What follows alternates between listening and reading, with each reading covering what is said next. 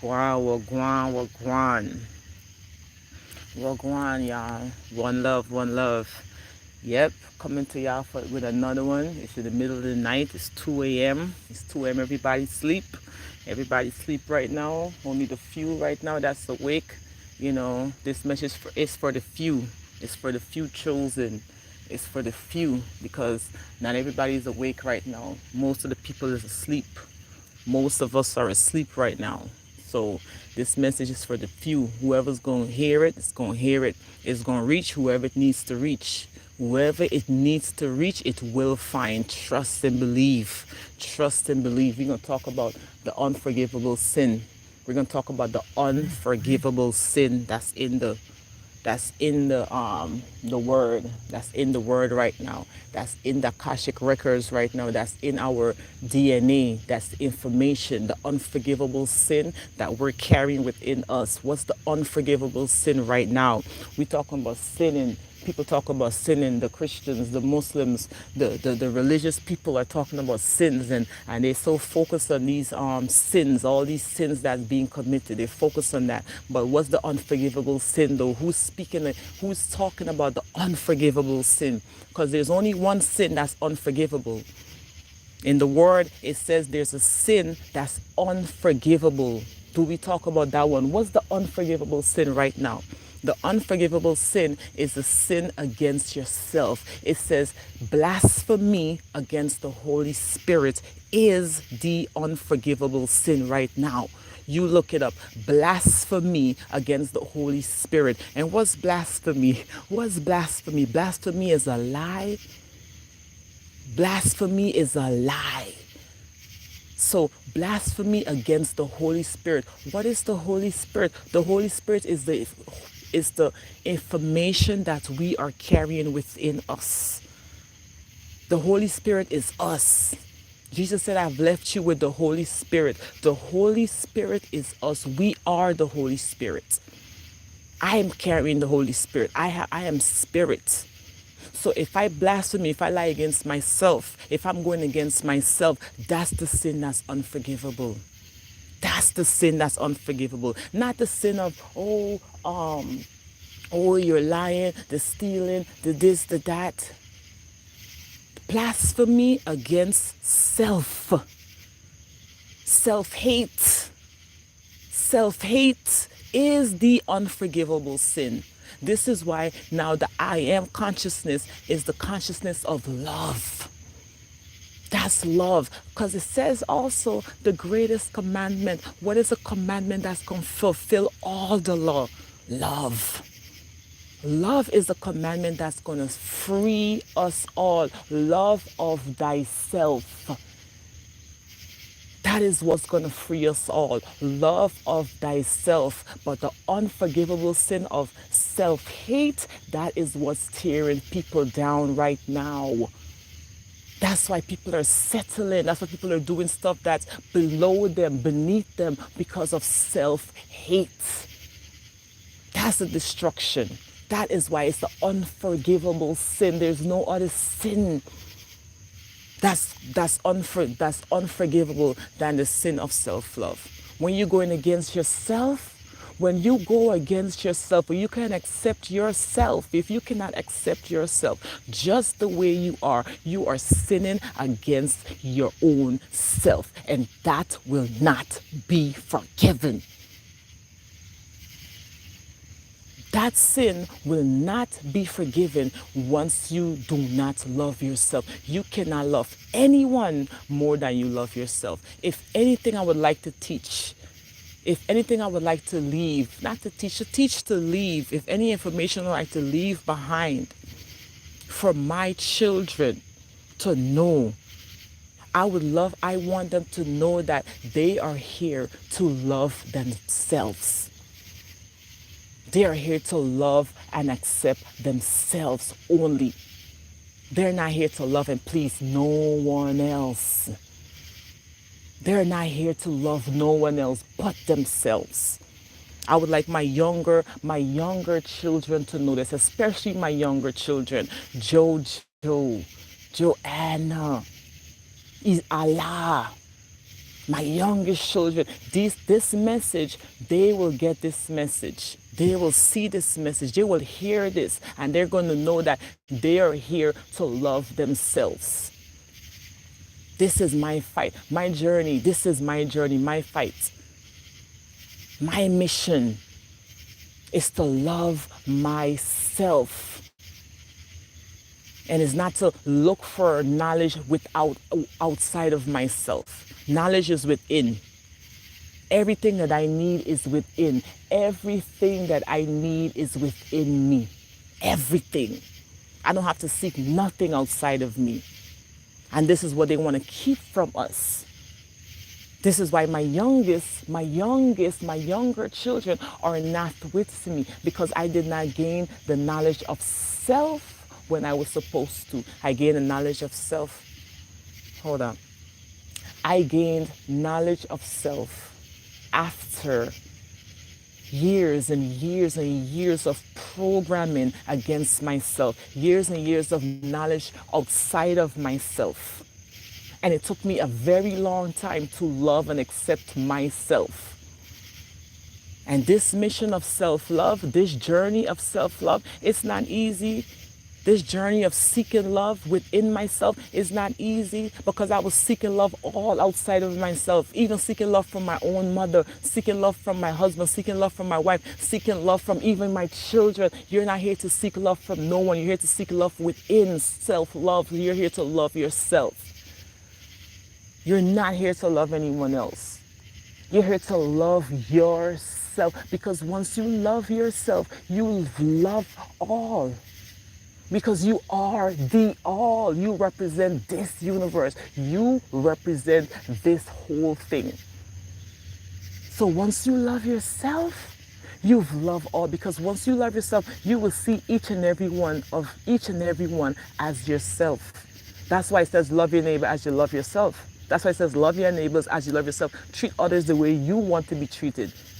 Because once you love yourself, you're going to treat everyone the way you treat yourself. You're going to love everyone else the way you love yourself.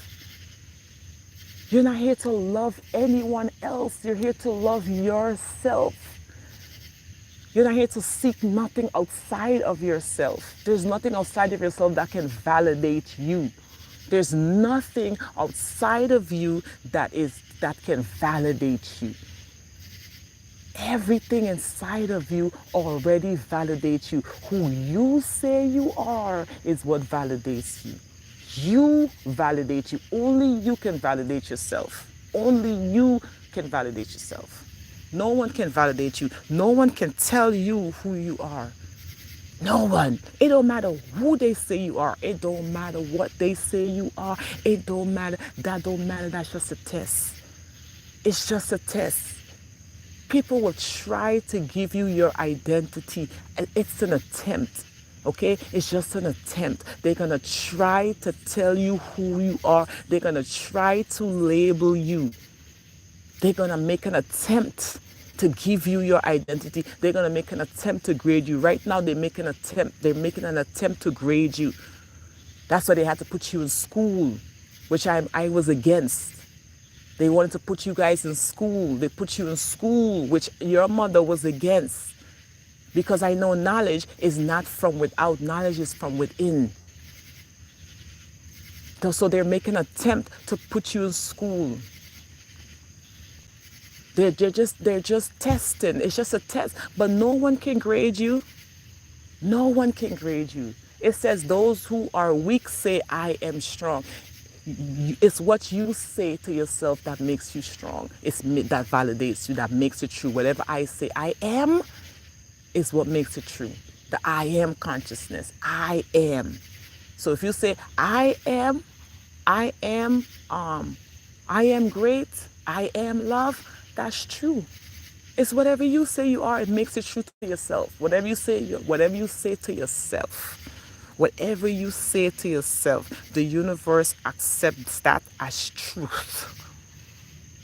The universe accepts that as truth. Whatever you say to yourself, the universe, your subconscious mind is accepting that. God is accepting that as truth. It's not what God say about you, it's what you say about you, because you have to say. It says, those who are weak say I am strong. Those who are healthy, those who are sick say I am healthy. That's what it says. I am. You have to say that to yourself, for yourself, because that's what makes it true. No matter what nobody say about you. It don't matter what they say about you. Okay? So that's what I wanted to teach my younger children. But it so happened that I can say that, but it's however it's designed and written out for it to happen. You know, I wanted the opportunity. Yes, I wanted the opportunity to be able to teach my children this. But things happen. Things happen. Certain things got in the way where I was not able to, have them in my care to be able to do that. But I had to realize that it was it's me. I had to get me together first, because I can't teach self-love if I'm still learning self-love. That's what I had to realize. I couldn't teach self-love if I was also learning self-love. I had to learn this. I had to seek this knowledge for myself. And this is the only way I can teach it, is by me learning it for myself, is me applying what I know. So as much as I wanted to have my youngest children, I was not in the mental state to do that. I couldn't, because I was still battling me. I was still fighting this war within myself. And I didn't want I didn't want my younger children on the front line with me. I did not want that for them. Because it's a lot of trauma, it's a lot of demons that comes out, because we're reprogramming. I'm reprogramming my subconscious mind. And once you are clearing out yourself, then yes, these demons, these things pop up. So when it pops up, you have your children right there with you. They're the first to get it, especially the youngest ones. Especially the youngest ones. They're the first to get it. So I didn't want to inflict any trauma on them because of me, because of what I have, because of self-hate within myself. I didn't want to inflict that on them. So I had to let them go.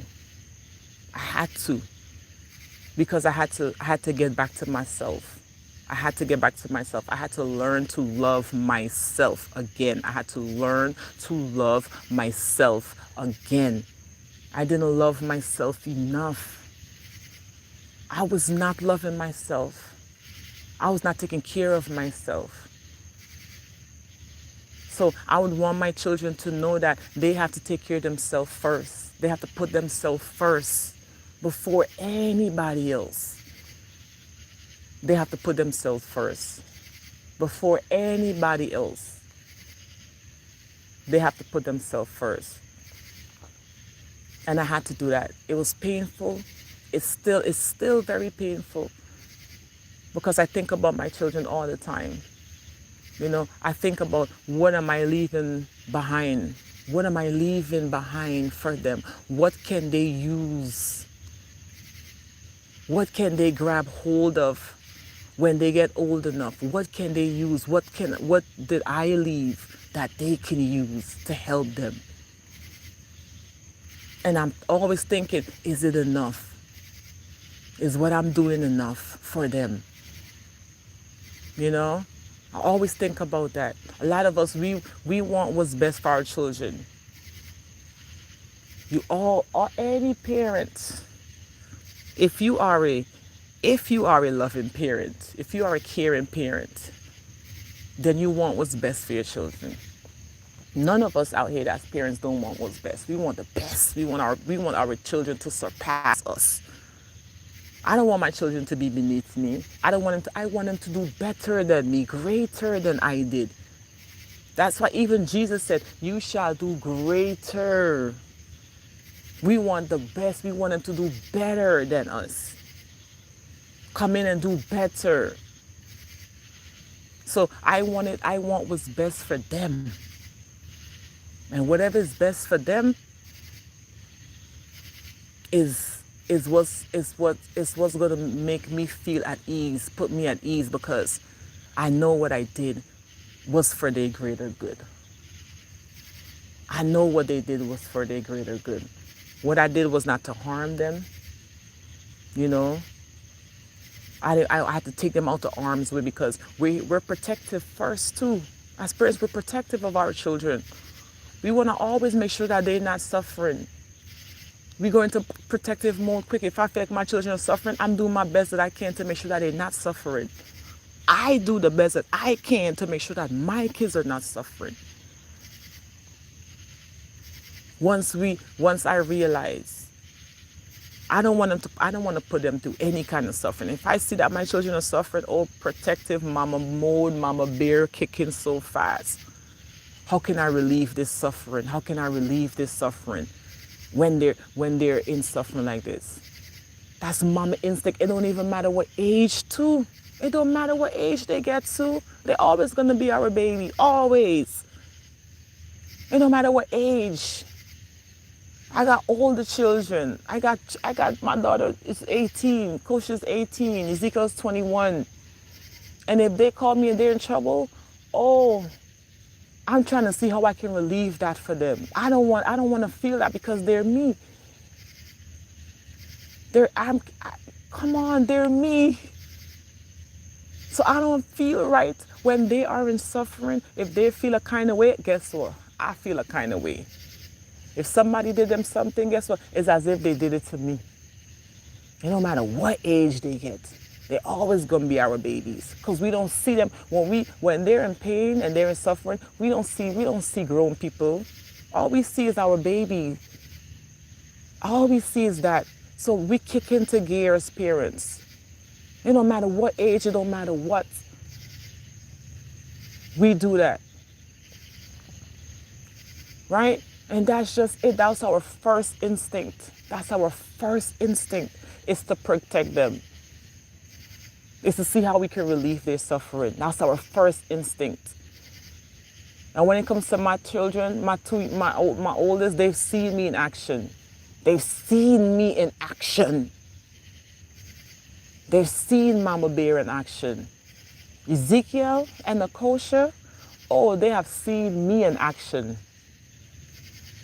When they was feeling a kind of way, when they was younger and they felt a kind of way, oh, I felt a kind of way. I went into gear. How can I make it better? What can I do to make sure that my children are not suffering? How can I dry up them tears? Shoot, somebody hurt them in school, I want to hurt them too.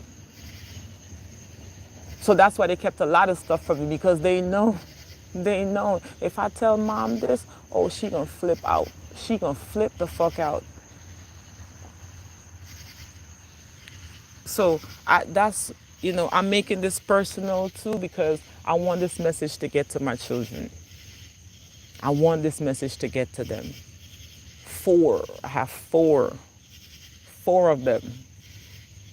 Pushed out 4 babies. And I raised 2 of them until they get to all the way to adulthood. 2 of them all the way to adulthood. The last 2 didn't make it to adulthood. But I still want to be able to leave information that they can use. That they can use. The love of a mother is the greatest love, is one of the greatest love. But the love of yourself is even greater. The love of a mother is, it's great. That's great and all.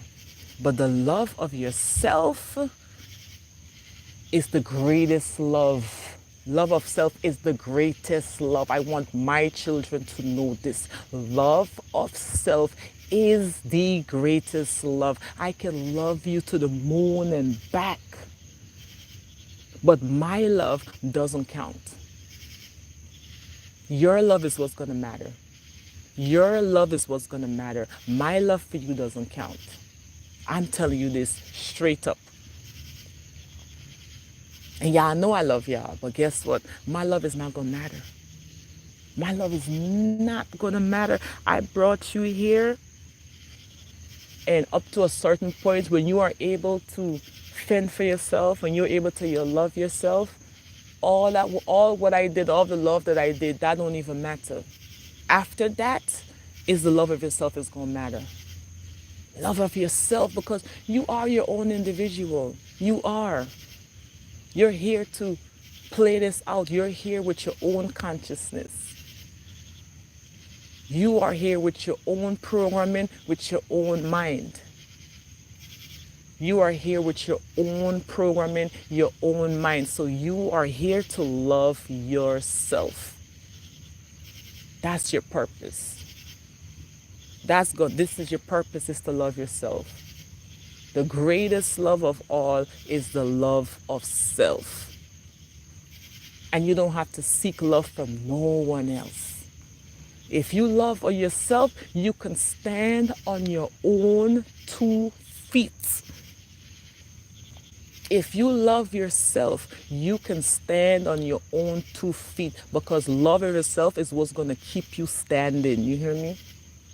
They can't break you down once you love yourself. Once you love yourself, no one can break you down. No one can use you. No one can manipulate you if you love yourself.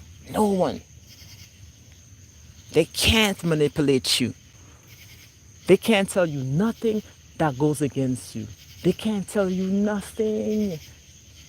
Once you love yourself, self-love, knowledge of your own self, knowledge of yourself, that's what they're keeping from you. They're keeping knowledge. They're keeping knowledge of self. Your of knowledge of your divinity at that. Because they don't want us to know we are divine.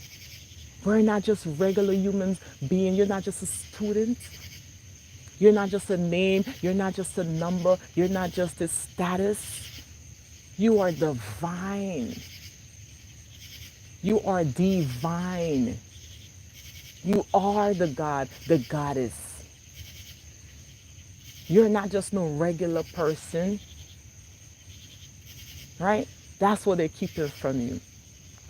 Because if you've seen the movie, which you will, where's the Matrix, right? When you watch this movie, you're gonna notice, you're gonna take away from this that Neo was chosen only only when Neo said he was the one. Neo has been the one the whole time, but everyone saw that Neo was the one except Neo. When Neo went to the lady and asked if he was the one, she said no, because she told him exactly what he was thinking. He didn't believe he was the one, so she told him he wasn't the one. You're not the one until you tell yourself you're the one. You're not chosen until you say you're chosen. Until you say it, then you're not it. Right? You're not going to be anything until you say it. If you say that's what it is, then that's what you are. And that's when Neo became the one. It's when Neo said and Neo believed within himself that he was the one. That's when the universe opened up for him. That's when all of the universe opened up for him. And he was able to do supernatural. He was able to do so much. So much greatness came out from him because he believed he was the one. So once you believe that you are the one, you're going to unlock the secrets of the universe. You're going to unlock the secrets of the universe. Because you say you're the one. Not what no one else say. I can say you're the greatest. I can say you're the most intelligent. I can say that all day about you. But until you believe that about yourself, my words ain't gonna matter. Their words ain't gonna matter. It's not. I didn't believe I was beautiful growing up. I did not believe I was beautiful growing up until I said it to myself. People told me around me. My mother didn't tell me I was beautiful, and that was okay. But it wasn't for her. It wasn't even her job, because I remember I was mad at her. Like, I was mad at my mother for not telling me that I'm beautiful. And then when I asked her, when I said to her, because I was going through my healing, going through this journey, and I asked my mother, I was like, why you never told me I'm beautiful? She said, you want me to lie to you? That's what she said, and that's a fact. You don't gotta, she didn't have to tell me that I'm beautiful. Because if she didn't feel that I was beautiful and she told me I was beautiful, she would have been lying. And the greatest thing she could say to me was that. That's one of the best things she could say to me. But at that time, I took that shit as hurt. This woman told me, I took it as hurt as a grown ass woman. But that was one of the best things she could have told me because she didn't want to lie to me. Why would she? She didn't want to lie to me. Because if she didn't see beauty in me, she didn't have to tell me that because she would be lying. I am here to see the beauty within myself. You are here to see the beauty within yourself.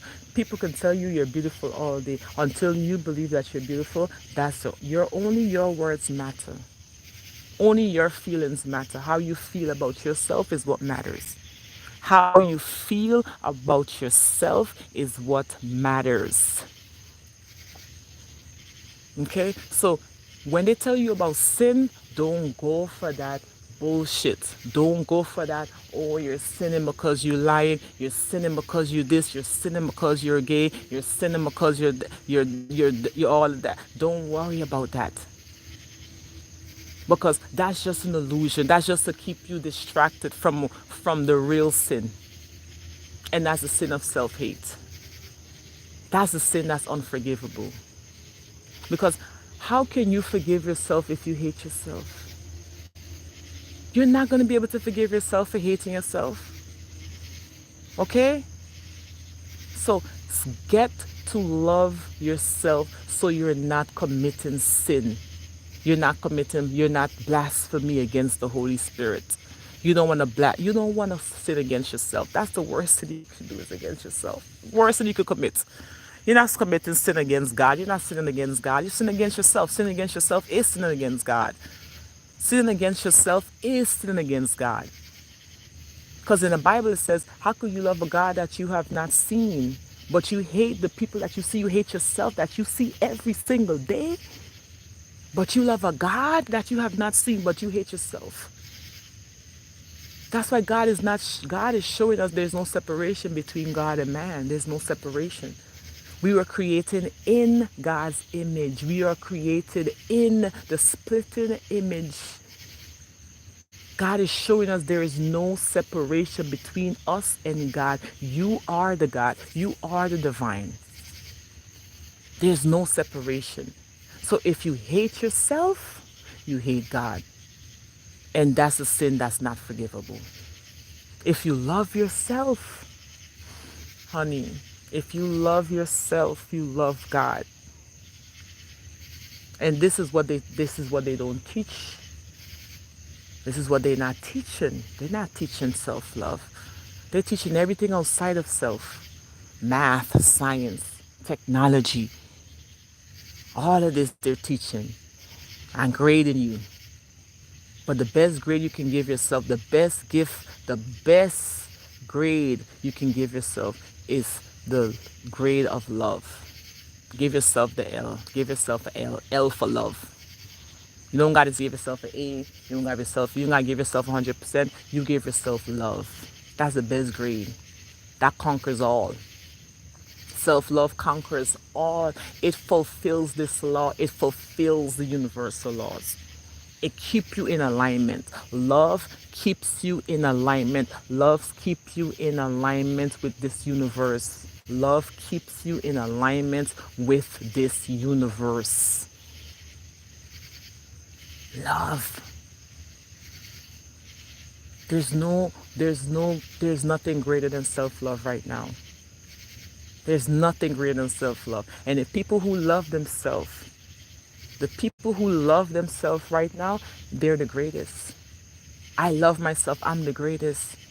And it's not just saying it, it's doing it. You have to prove yourself to love yourself. You have to prove to yourself that you love yourself. You have to apply this knowledge, apply this information to yourself. And that's how you show you love yourself.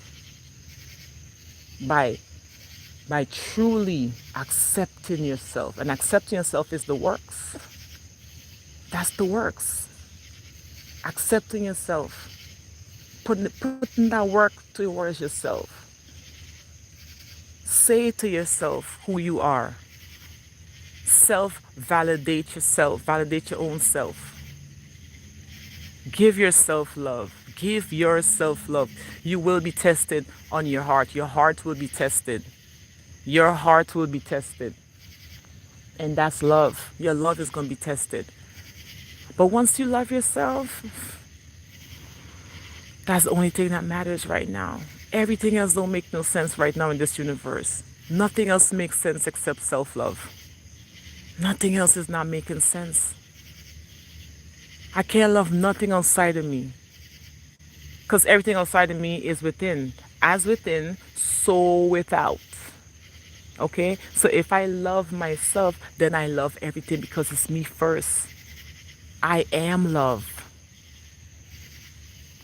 Right? I am love.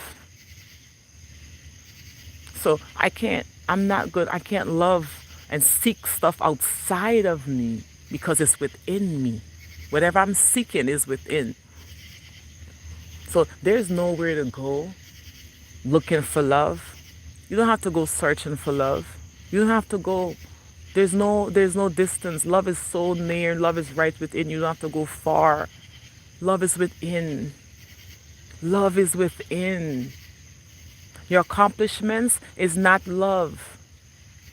That's your accomplishments. That's what you can do. Because a lot of people have great accomplishments, but they don't love themselves. They've accomplished the greatest. They've broken the World Book of Records. They've broken the Guinness World Book of Records. They've broken these records. Perform at their very best, at the top. But guess what? They're lacking the key ingredient, which is self-love. Even celebrities, millionaires and billionaires have committed suicide because they couldn't accept themselves. They couldn't love themselves. Even though they was at the best of their best. One of a family member that I know, his aunt, committed suicide. This woman was a pediatrician, went to school, got all the degrees, a doctor, but she committed suicide. Why? Why? Because of what? Lack of self-love. Because if you love yourself, how could you hurt yourself? How can I hurt me if I love me and I care about myself? I can't hurt myself. I can't. You couldn't even bring yourself to hurting yourself because you love yourself so much. You care about yourself so much. Anything that you love, it's hard for you to bring harm to it. It's hard for you to hurt it because you love it and you care for it so much. Whatever possession that people have right now, you have your car, you have jewelry, you have your house. Will you hurt that? Will you break your car? Would you burn your house down? Would you do that to yourself? Would you burn your money? No, because you love it. You care for it. It's valuable to you. So you're not going to hurt it, or you're not going to want to see anyone come in to hurt yourself, to hurt it either. Because that's yours. That's what you have. That's valuable to you. So you're not going to hurt it. You're not going to hurt, and you're not going to let anyone hurt it either. Because you love it. You think people out here going to hurt what they love? They're not going to misuse. They're not going to misuse it because they love it. They're going to treat it. They're going to treat it with kindness. They're going to treat it with respect. That's what it is, because the outside, because this physical realm, we have been taught to live more in our masculine energy. You know, majority of this is right now is based off the things that we're doing, physical stuff. We're using the physical to accomplish the physical, right? So because we're using all this masculine energy, we're using physical things to accomplish physical things. Then because of that, we're lacking love. We're lacking self-love. And love is the non-physical. Love is something that you can't hold, you can't touch love. You can't, it's not physical, right? You can't own it. It's something that you already have. Like, you can't just go and say, okay, I found love and this is love. This is mine. No, love is within yourself. And it's not physical. So because we've been using more of the physical, we can't, we're lacking, we're out of touch with the spiritual, because we're using so much physical. We're out of touch with the physical, with the spiritual. Okay? So I don't want to lose my train of thought. But just know that love of self is the greatest. Is the greatest. So if I love myself, mission accomplished. If I love myself, I'm in purpose. I'm in purpose. If I love myself, I'm in purpose. I found my purpose. And people are here seeking purpose, seeking purpose. What's my purpose? What am I here to do? It's not what am I here to do. It's who am I here to be. It's who you are. Not about what you are, not about what you can do, but it's about who you are. You're here to seek who you are. You're not here to seek who I am, to seek what I am. I'm here to seek who I am. I am love. I am love. Like I was saying about committing suicide. Lack of love is what's making people not see themselves as valuable.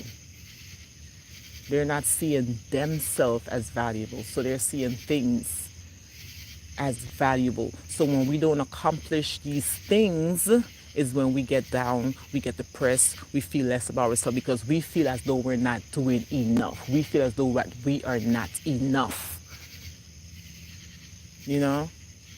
Even though we accomplished all these great things, but we still don't see ourselves as enough. We still don't feel like we're doing enough. For real.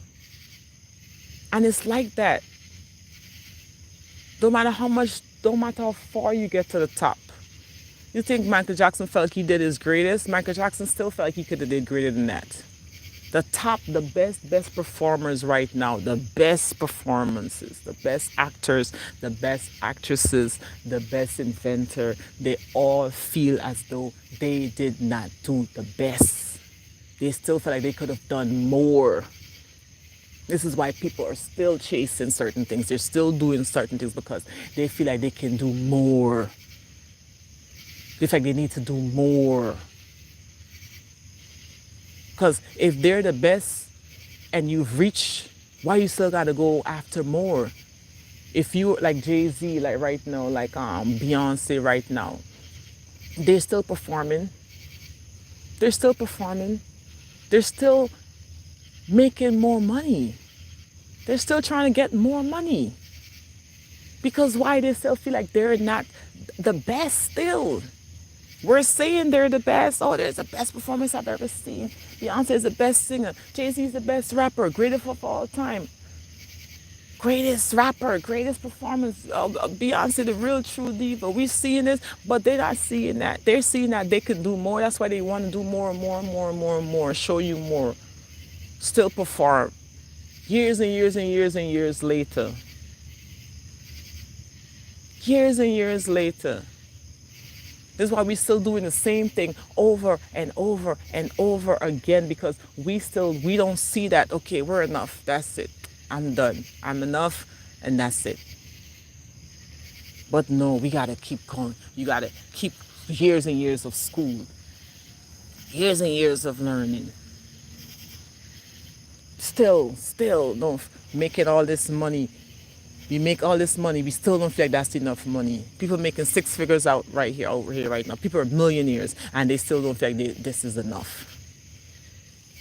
They still don't feel like that's enough. That's why they want to keep going. They're going to motivate themselves to go more, to get more. And you're not here for that. The simplest thing. We're here to live a simple life. You're going to learn that less is more. You're going to learn that. You're going to get a lot.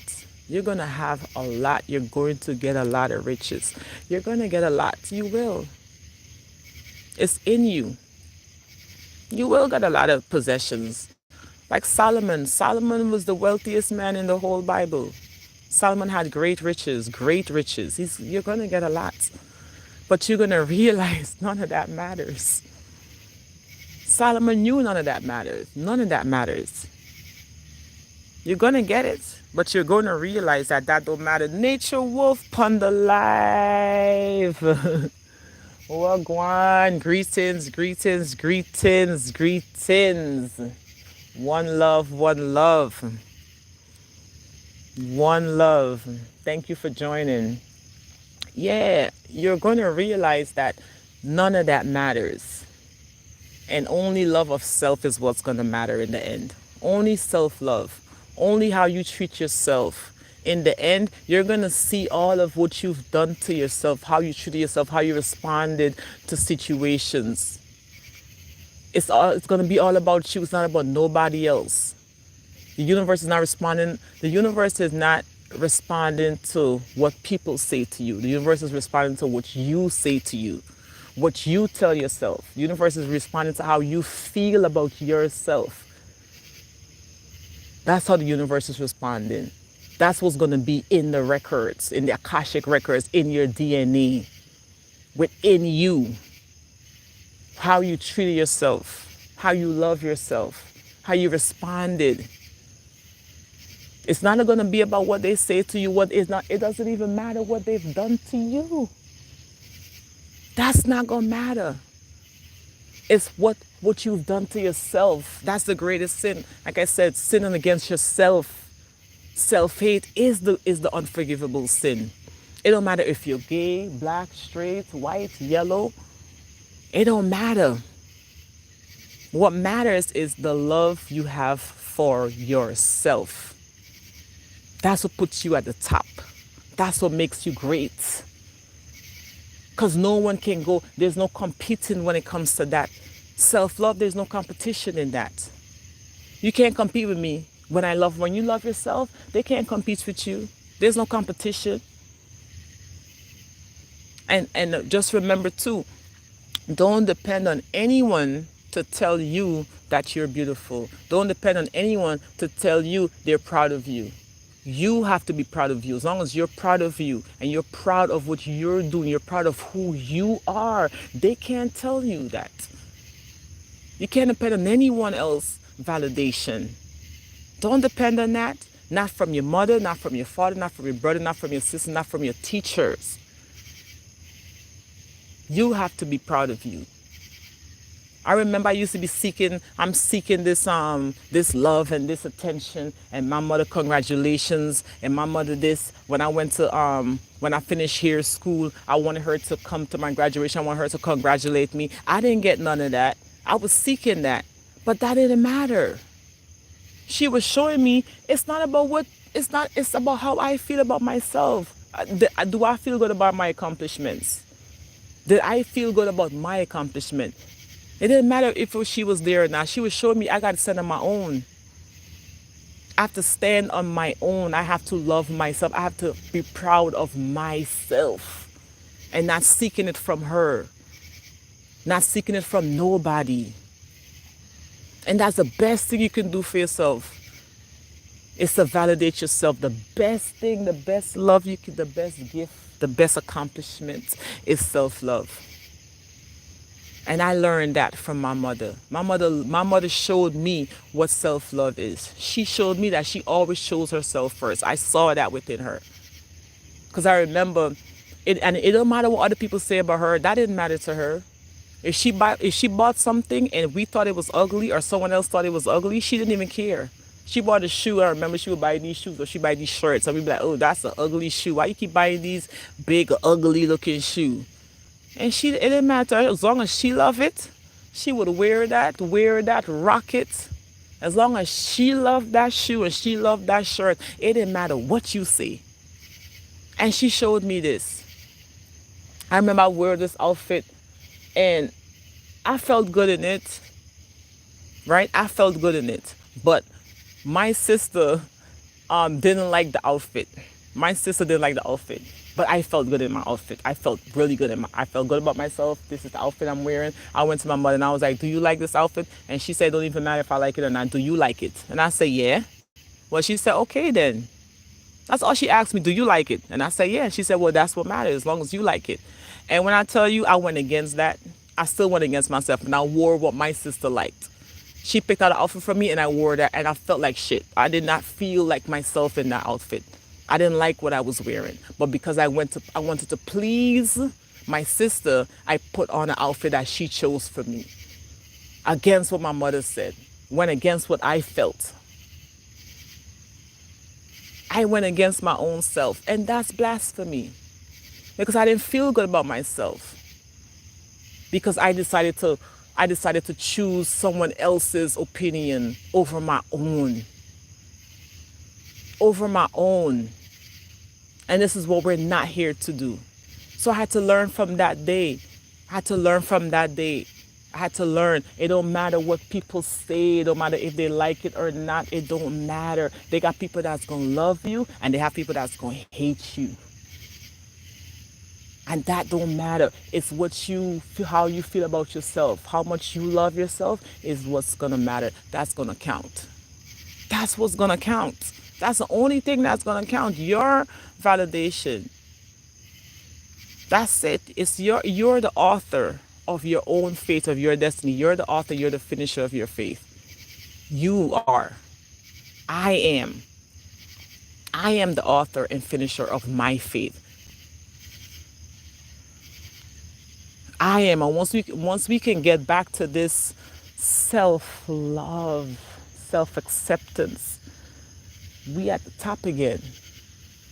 I'm already at the top. Once I love myself, I'm at the top. I'm the head and not the tail. I am the head and I'm not the tail.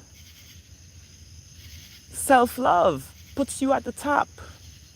Because they can't touch you at the top. They can't reach you. The only way you could the only way you could reach me at the top is if you get yourself there. Self-love, they can't reach you. You at the top. They can't bring you down unless you're bringing yourself down. You're your worst enemy. You're telling yourself you're not enough. You're saying that to yourself. You're agreeing with the outsiders.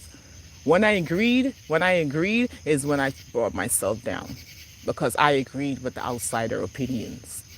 I agree with what they say. I don't agree with that. If I don't feel that about myself, then that's what matters. I didn't feel, people say, I remember when I was stuck in Africa and it was looking like poor, it was looking like we had nothing. It was just looking bad. To the outside world, it looked bad. But my inner world, oh, you couldn't tell me I wasn't rich. You couldn't tell me I wasn't the shit. You couldn't tell me. You couldn't tell me. They tried to tell me, This guy told me, this guy Why Not was saying, oh, y'all poor, y'all don't got nothing. I said, poor where? Where? Who are you talking to? Because it couldn't be me. Because I didn't feel like I was poor. If I don't feel like I'm poor, then I'm not. So it doesn't matter what he said. It don't matter what they said. I didn't feel like that. This is why the abundance came. The abundance came. I made it happen because I made it happen. Because I did not see myself as poor. I still don't see myself as poor. I could never see myself like that. They want people to see themselves as though they're less valuable. But I am this universe, and this universe is abundant. This universe is not lacking nothing. This universe is not lacking nothing. I ain't lacking nothing. I came in here complete. Complete. I am complete. So there's no lack. There's no lack. We lack where? Ain't no lack. I'm everything. Everything. And when they take our blood test, when they take our blood, they see all the elements of the universe is within our blood. They see gold, diamond, silver. They see copper. They see all the elements within us. Everything is within us. We ain't lacking nothing. All the vitamins and the minerals, They're talking about deficiency. How can it be deficient if you can find vitamin D in me? How can it be deficient if it's there? They take a blood test, you have vitamin D. Low or high, it don't matter. Guess what? It's still there. Iron, low or high, guess what? It's still there. Vitamin C, low or high, guess what? It's still there. I have everything within me. I am complete. So I have no other choice but to love myself. Because I am everything. Everything is love. Love is everything. Love is the all. That's why I say one love, because it's the all. Love is everything. So I'm not lacking nothing. You're not lacking anything. You're not lacking anything. Don't let them trick you to think you're lacking nothing. You're not lacking nothing. That's the manipulation. That is the manipulation. It's the belief system of lack. One of the greatest manipulations is the belief system of lack. Believing that we're lacking. That's what we got to go seeking. That's why we go and seek it. We're looking for the same. We're looking for stuff. Seeking, because we believe we're lacking. We're lacking nothing. We came in with everything. I have the all within me. I'm carrying the entire universe within. I'm carrying the entire universe within me. So where is the lack? Where is the lack? I am complete love. I am complete love. I'm not lacking anything. No one is lacking anything. And this is the knowledge that we need to hold on to dearly. This is the knowledge that our ancestors left behind. Man, know thyself. The kingdom of heaven is within. It says the kingdom of heaven is within. The ancient was telling us, but man came in and manipulated us and told us that heaven is outside of us. Heaven is when you die. Heaven is up in the sky. Heaven is below. Hell is below. They manipulated us to tell us heaven and hell is a place, an actual place that people go to when they die. That's what they manipulated us to tell us. But before the Bible, before this manipulation, heaven was told that is within us. When we studied, we didn't study about things outside of us. We study about the things inside of us. This is why it says, man who know thyself, the man who know thyself found love. You found yourself once you know yourself. You found heaven once you know yourself. You're within heaven once you know thyself. I know myself, I found the kingdom of heaven. If I don't know myself, I'm outside of that kingdom. And because we're living outside the kingdom is why we're living like this. We're under that spell. We're under the spell because we're living outside of our divinity. Living outside of our divinity, we're settling for less. Accepting less than who we are. Accepting this pay. We accepting it. We're agreeing to it. We're complying. Okay. That's what we're doing. Then no one. Oh, let me know if you can still hear me. I was just reconnecting. Yeah, let me know if you can still hear me clearly. You know, they're not, they said they have this design, they're designing it, they designed the matrix, but we agreed to this. We agreed to this matrix. This matrix was built because we agreed. We actually agreed to it. Yes, they came in by force and they took over. But in order for them to continue, because people will come in, you will fall. Yeah, nations do fall. But we continue it by accepting, by believing that we are lower than that. Just because they came in and colonized us and they came in and took over doesn't mean that we are less than.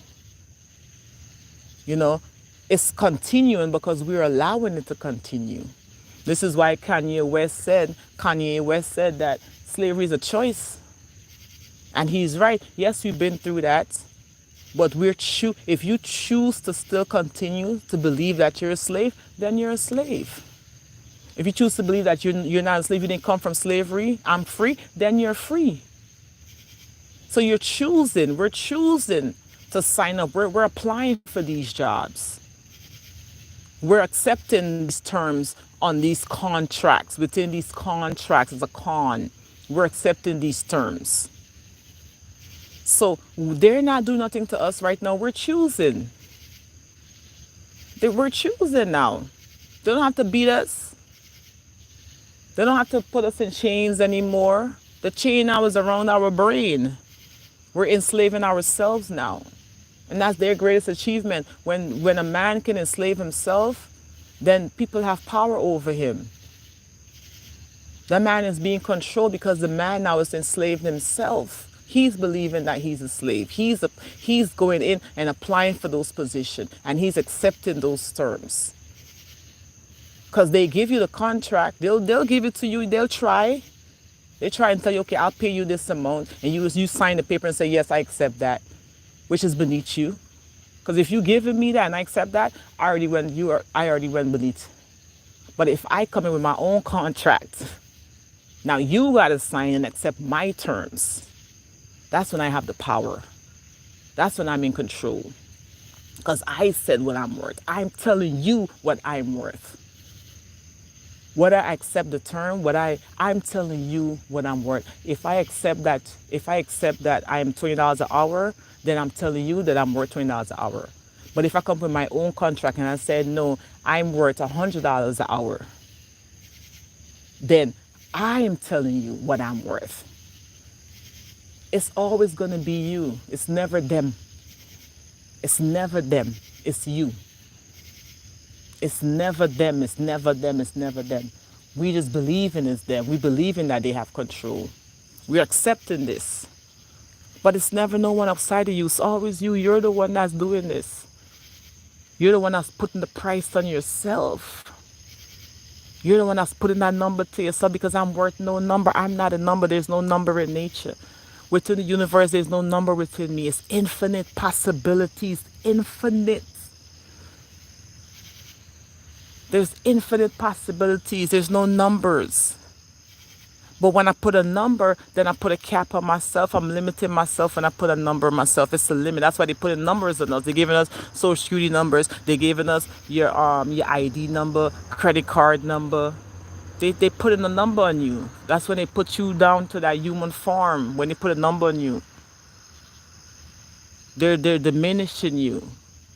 Put you now. They have you under control because they say, oh, that's your number, and we accept this and we hold on to this number. But I'm not that number. I released that number. I'm more than that. There's no numbers. There's literally no numbers. Numbers was made up by man. Numbers are made up. There's no such thing as a number. There's no such thing as a letter. No such thing. We made all that up. Because we want to live out this human experience. So we put a number. They put a number to you. You put a number to yourself because you want to live out this subjective reality. That's all. You want to feel what it's like to live in the physical realm. When you put a number, you're living more in the physical, more in the masculine realm. And that's why the numbers is never going to be enough. It's never going to be enough for you because you're unlimited, you're infinite. That's why numbers is never going to be enough. That's why people are always going to continue to chase numbers because it's never going to be enough. Because of the infinite possibilities, because we are infinite beings, numbers is never going to be enough. That's why people are going to keep going higher and higher. Billionaires, there's billionaires. Billionaires. There's families right now worth probably trillions. Because numbers is never enough for us. When we inside this number frequency, we're in the masculine energy. And the masculine energy is limited. It's only about so much you can do physically.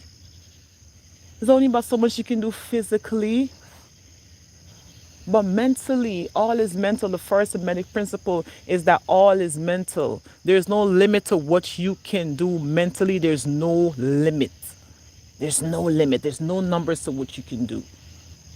Because we're infinite beings. divine beings, nature, universe. It's no limit to you. You can do all things. That's why the Bible says, I can do all things. All things. There's nothing that I cannot do. I can do all things. I can. I can. I'm just limiting myself. That's all I'm doing. I'm just playing a game with myself, playing this subjective game with myself. But there's no limit to me. There truly, and that's the truth, there truly is no limit to me. I'm infinite. I'm infinite. And once I know this, I accept this, then I become just what I say. I become just whatever I accept. Whatever I feel, I become.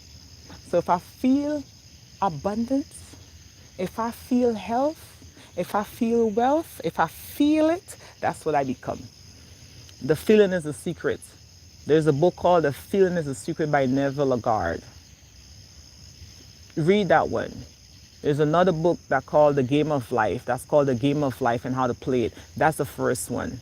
That came before The Feeling is a Secret. It's whatever these books are telling you about yourself. It goes back to you. These books are teaching you that you have the power. You have it. It's within you. And it's telling you whatever you feel about yourself, that's what you become. Whatever you feel, however you imagine yourself, you become exactly what you imagine yourself to be. What you see yourself, what you feel, you become exactly that. It's telling us that the consciousness is the God. You're carrying the God consciousness, the universal consciousness. And it's up to you. It's you, the one with the control. The illusion is that they have control. The illusion is someone is in control of you. That's the illusion. Someone is in control of you. Someone is your boss. Someone is your teacher when you are your greatest teacher. You are the boss. You are your teacher. That's the illusion. They're teaching you that someone is above you when no one is above you. No one is above you. You may be a student, but that doesn't mean that you're below the teacher. That doesn't mean the teacher is above you because you're the student. You're just learning. You're learning from the teacher. But you are your first teacher. You are your first teacher. You're just learning, but you're not below anyone unless you believe it. If you believe that you're below someone, then that's what you are. If you believe that you're here for learning, then you're here to learn. You're not here to be beneath anyone. You're not here as less than anyone. You're not here to be less. You're here to be greater. Because I am more than a conqueror. I am the head and not the tail. I am the head and not the tail. I am. It's whatever I say I am, that's what I am. That's what I become. I say it, I believe it, I feel it, I'm it. Knowledge of self. Love. This is love. This is love. This is the greatest love. The greatest love you can give is yourself, is give it to yourself. Give yourself the love. Love on yourself. Admire yourself. Congratulate yourself. Be proud of yourself. Be proud of where you are now. Be proud of where you are now and what you have right now. Because it's only now that matters. The future is not promised. Tomorrow is not promised. Only now. How do you feel about yourself now is what's gonna determine your tomorrow. What tomorrow is gonna look like is based on how you treat yourself now, how much you love yourself now. What you're doing in this now moment is what's gonna lay the foundation for tomorrow. So what do you want your tomorrow to look like? However you want your tomorrow to look like, you have to focus on what you're doing now. Because what you're doing now is what's gonna lay the foundation for your tomorrow. If you wanna see a tomorrow, a brighter future, then you have to be bright now. You actually gotta shine your light now. You gotta do it right now. Tomorrow, you can't wait for tomorrow to do anything. We be like, okay, I'm gonna do it tomorrow. That's a program. They have us on a schedule as if time exists. That's why everyone is on a schedule. Why do you think everyone is on a schedule? Why do you think you have to be at work at a certain time? You have to be at school at a certain time. We have to do these things at a certain time because we really believe we're on this schedule because we believe we have time. Man-made time. Well, we don't have time. We don't even have time because time truly don't exist. Now exists and there's no time in now. None. There's no time in now. So all you gotta do is whatever you gotta do, whatever you have to do it now. You don't have time. That's why everything's within me. That's why everything is within me because the universe already knows there's no time. I already knew there's no time. That's why everything is within. So whatever I'm seeking, all I gotta do is go within myself and I already found it. It's already here. I have been found. It says, it, Jesus is after the lost sheep, right? But I am found. If I say I'm found, then that's it. This Jesus, this Christ is a consciousness. It's not a physical person. It's a consciousness, right? So Jesus, the consciousness, is here to find the lost. It's after the lost. The consciousness is seeking the lost. But if I say I'm found, then I told myself I'm found, then I free myself because I found myself. If anything about being lost, if I was ever lost, it's because I didn't know myself. And when you don't know yourself, you're lost out here. That's why it says Jesus is out here for the lost. The consciousness is out here to find the lost because people believe they're lost. But once you found yourself, there's no seeking self because you found yourself. If you know that, if you only know the kingdom, if you know and truly believe and feel the kingdom of heaven is within you, then you become the greatest version of you. You become the best version of yourself. Once you feel and know that the kingdom of heaven is within you, which is love. The love is within you, love, which is the all, which is the everything, which is the universe is within you, then you are living at the highest frequency. The highest frequency is the love of self.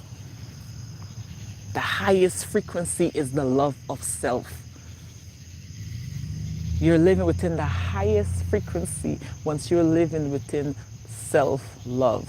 So you have self-love, you're in the highest frequency. Highest. We're here to seek the highest. We're going to experience the lows. You're going to experience a lot of lows. Yes.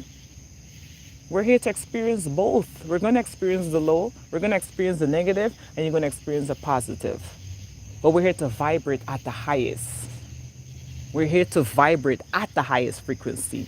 The low is there, it exists, but we're not here to vibrate at the low. We're not here to be stuck at the low. We're not here to be low all the time, to be down. It's not how much you fall, it's how you get back up. So yes, you're going to experience some lows, but we're here to vibrate at the high, to be at the high. And that's sustainability. Because we're going to create, but can you sustain? You know? I'm created as love, but can I sustain this love? Can I sustain? That's what matters. Maintain. Can you maintain? Can you endure? Because that's what's going to last in the end, is those who can endure. This race is not for the swift, but it's for those who can endure to the end. Can you endure? Can you sustain this self-love? Can you maintain? And if you can maintain self-love and you're going to keep vibrate at the frequency of love, that's you maintaining, vibrating, not just sitting down doing nothing. You actually have to do the work, maintenance. You have a car, you have to put in the maintenance work so that car can keep running. You got to maintain that car. You have to put fuel, oil into that car. You have to put gas in that car to maintain the car. You have to do a tune-up to maintain. Same thing with us. Same thing with us. We have to maintain our love within ourselves. We have to maintain, we have to put in that work. We got to remind ourselves every day. Look yourself in the mirror. Truly look yourself in the mirror and love yourself. Say, I love myself in the mirror. Accept yourself just the way you are, with or without the makeup, with or without the validation from others. You have to truly love you. And you have to put in that work though. Maintain it. Sustain the life that you have. Sustain that. Because as feminine, we are here to sustain. We sustain life, right? We sustain life. We brought life into this world and we're here to sustain life.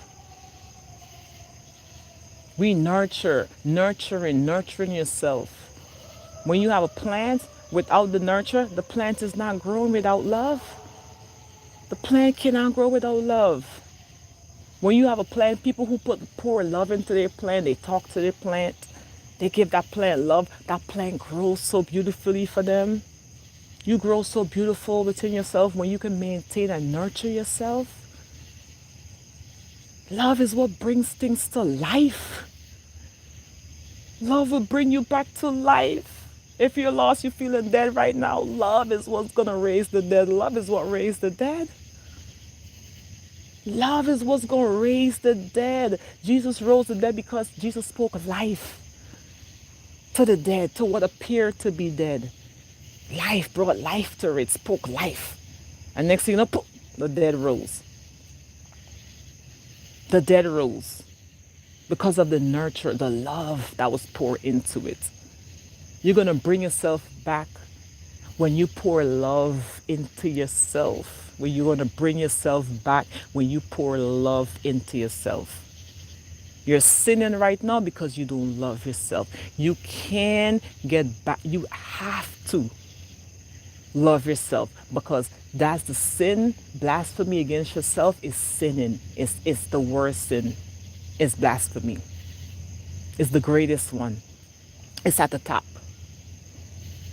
That's at the top. Self-hate. That's the worst sin. It's unforgivable, it says. Jesus said that's the only sin that's unforgivable. The Christ consciousness, this consciousness says the only sin that's unforgivable is the self-hate. Self-hate.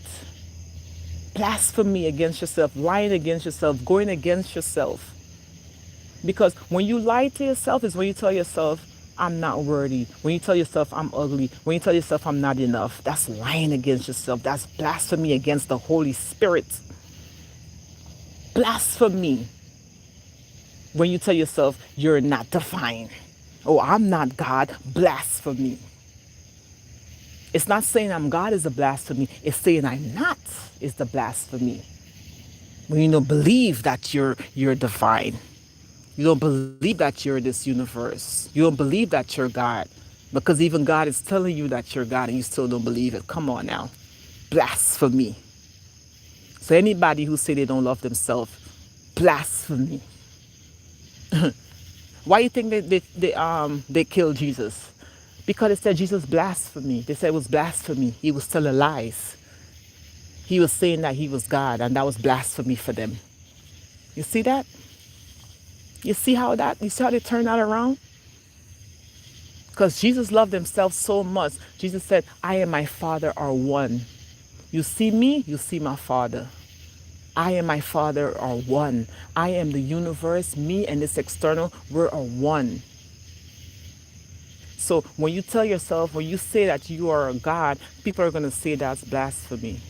Because they're going to say that that's a lie. But the lie is when you don't believe that you're not. That's the lie. That's the real blasphemy right there. That's it. Self-hate, lying to yourself. When you don't love yourself, you're lying to yourself because that's a lie. Because Jesus said it's a lie if you say you love a person if you love God who you cannot see, but you hate the people that you see, you hate yourself. You hate yourself, the man that you see in the mirror every single day, the person that's with you every single day is you. There's nobody that's with you every day. You're with yourself 24/7. You're always with yourself. You see yourself all the time. You feel yourself all the time. And you cannot say you don't love yourself because you're always going to be with you. God said, I will never leave or forsake you. You can never leave or forsake yourself. You're always with yourself. So you got to love who you're seeing. You can't love who you're not seeing because it's a lie. That's a blasphemy. It's a lie. Jesus said you're a liar. If you don't love yourself, you are a liar.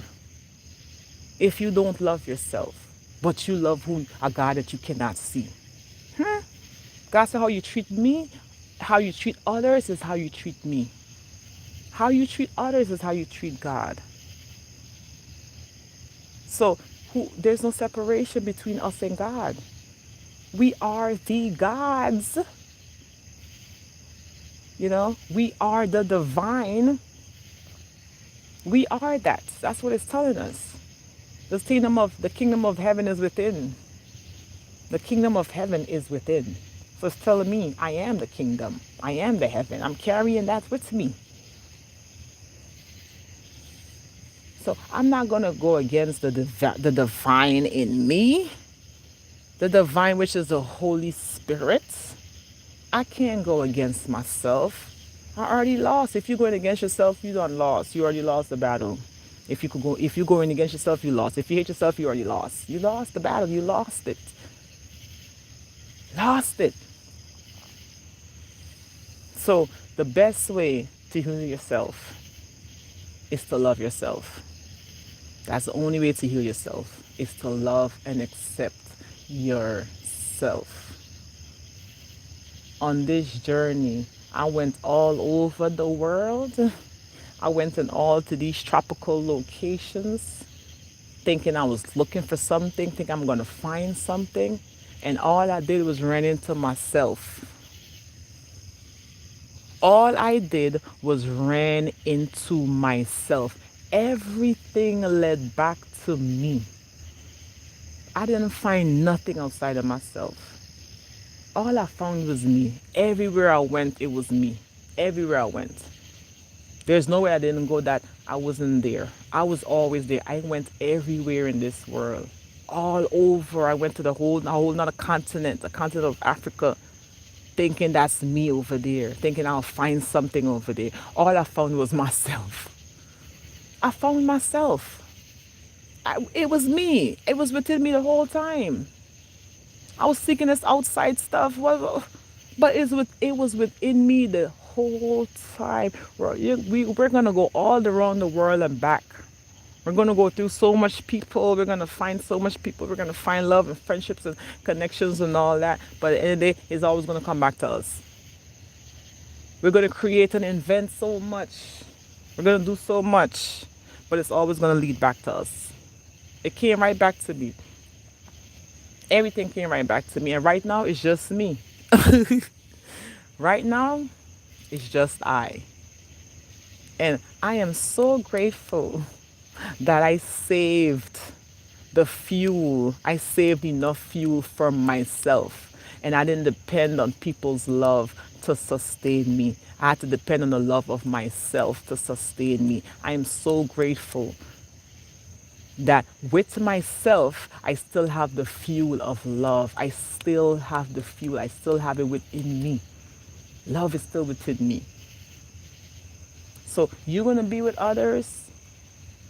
You're going to be with others, but just make sure you don't give up all your fuel. Don't give up your love to others. Don't sell your soul to others. Do not sell your soul. Do not give all your love to others. You have to save that for yourself, because when they're gone, what fuel are you going to be working with? What are you going to have left for yourself when they're gone? Because they're going to leave. No one is here forever. No one is going to be by your side forever. No one is going to be by your side forever. No one. I'm telling you, no one is going to be by your side forever. Will you have enough fuel to continue when they leave? Did you give up all of your fuel? Were you one of the wise ones? Because it's a parable in the Bible that speaks about the 10 virgins that was going to meet the bridegroom, their husband. 10 virgins was on a journey to meet their husband, and they had to carry lamps. And five of them, the wise ones, carried enough fuel to take them to the entire journey, take them through the entire journey. And the five fools didn't take enough fuel, and they only took enough just for that, just probably for halfway on the journey. And when they fuel ran out, when the five foolish fuel ran out, guess what they did? They went asking the wise one for their fuel. Can I get some of that? The wise one said, no, you should have brought enough to cover you, to take you along your entire journey. We brought enough for ourselves. We cannot share because we have just enough for us. We have just enough for ourselves. It's going to have to get to that point. I have enough for me. I cannot give you all my love because I have to keep this. I have to keep this one. This is the one I have to keep. This is what I'm not supposed to give away. I can't give you this one. This one I can't give you because it's just enough for me to take me along my journey. I need this. I need this. So guess what you have to do? They told them, go and buy your own. Go and get your own. That's what they told them. The wise one told them to go get your own. And by the time they went and got their own and came back, it was too late. The virgins, the five wise virgins made it to the destination. And when the one, because they left, they had to turn back, looking back. It's another thing, you can't look back. They had to look back and go get some more fuel. It was too late for them. It's going to be too late for a lot of people. That's what it's telling us. It's going to be too late for a lot of people because you didn't use the time you have now wisely. You didn't use the time you have. You took your time. You took what you have now for granted. You took it for granted, thinking you have time. Because they thought, oh, they have time. Oh, I don't have to bring enough. I have enough time. I don't have to love myself right now. I got time. I don't got to do that right now. I got time. You don't have time. You have to give it to yourself now. Make sure you have enough for you. Keep that for yourself. Keep that within you. Because when they leave, you're going to be the only one you have left is going to be yourself. You came into this world by yourself. You're going to leave by yourself. You're not taking none of this with you. You're not taking the money, the house, the car, the spouse, the children. You're not taking any of that with you. The only person you're going to have is yourself. Do you have enough fuel for yourself? Did you hold on to the love? Did you keep that self-love? Right? When you're left alone, how strong are you to keep standing? Because it's not how you fall, it's how you're going to get up. People are going to come in and out of our life. They're going to come in and they're going to come out. Things is going to happen. You're going to have no money today and you're going to have a lot of money tomorrow. When you have nothing, when you are falling, how you stand up is what matters. It don't matter about the no's. A lot of people are going to tell us no. They're going to reject us. They're going to reject us. You're going to be rejected. People are going to tell you no. You're going to fall. Yes, that's going to happen. But how you get up?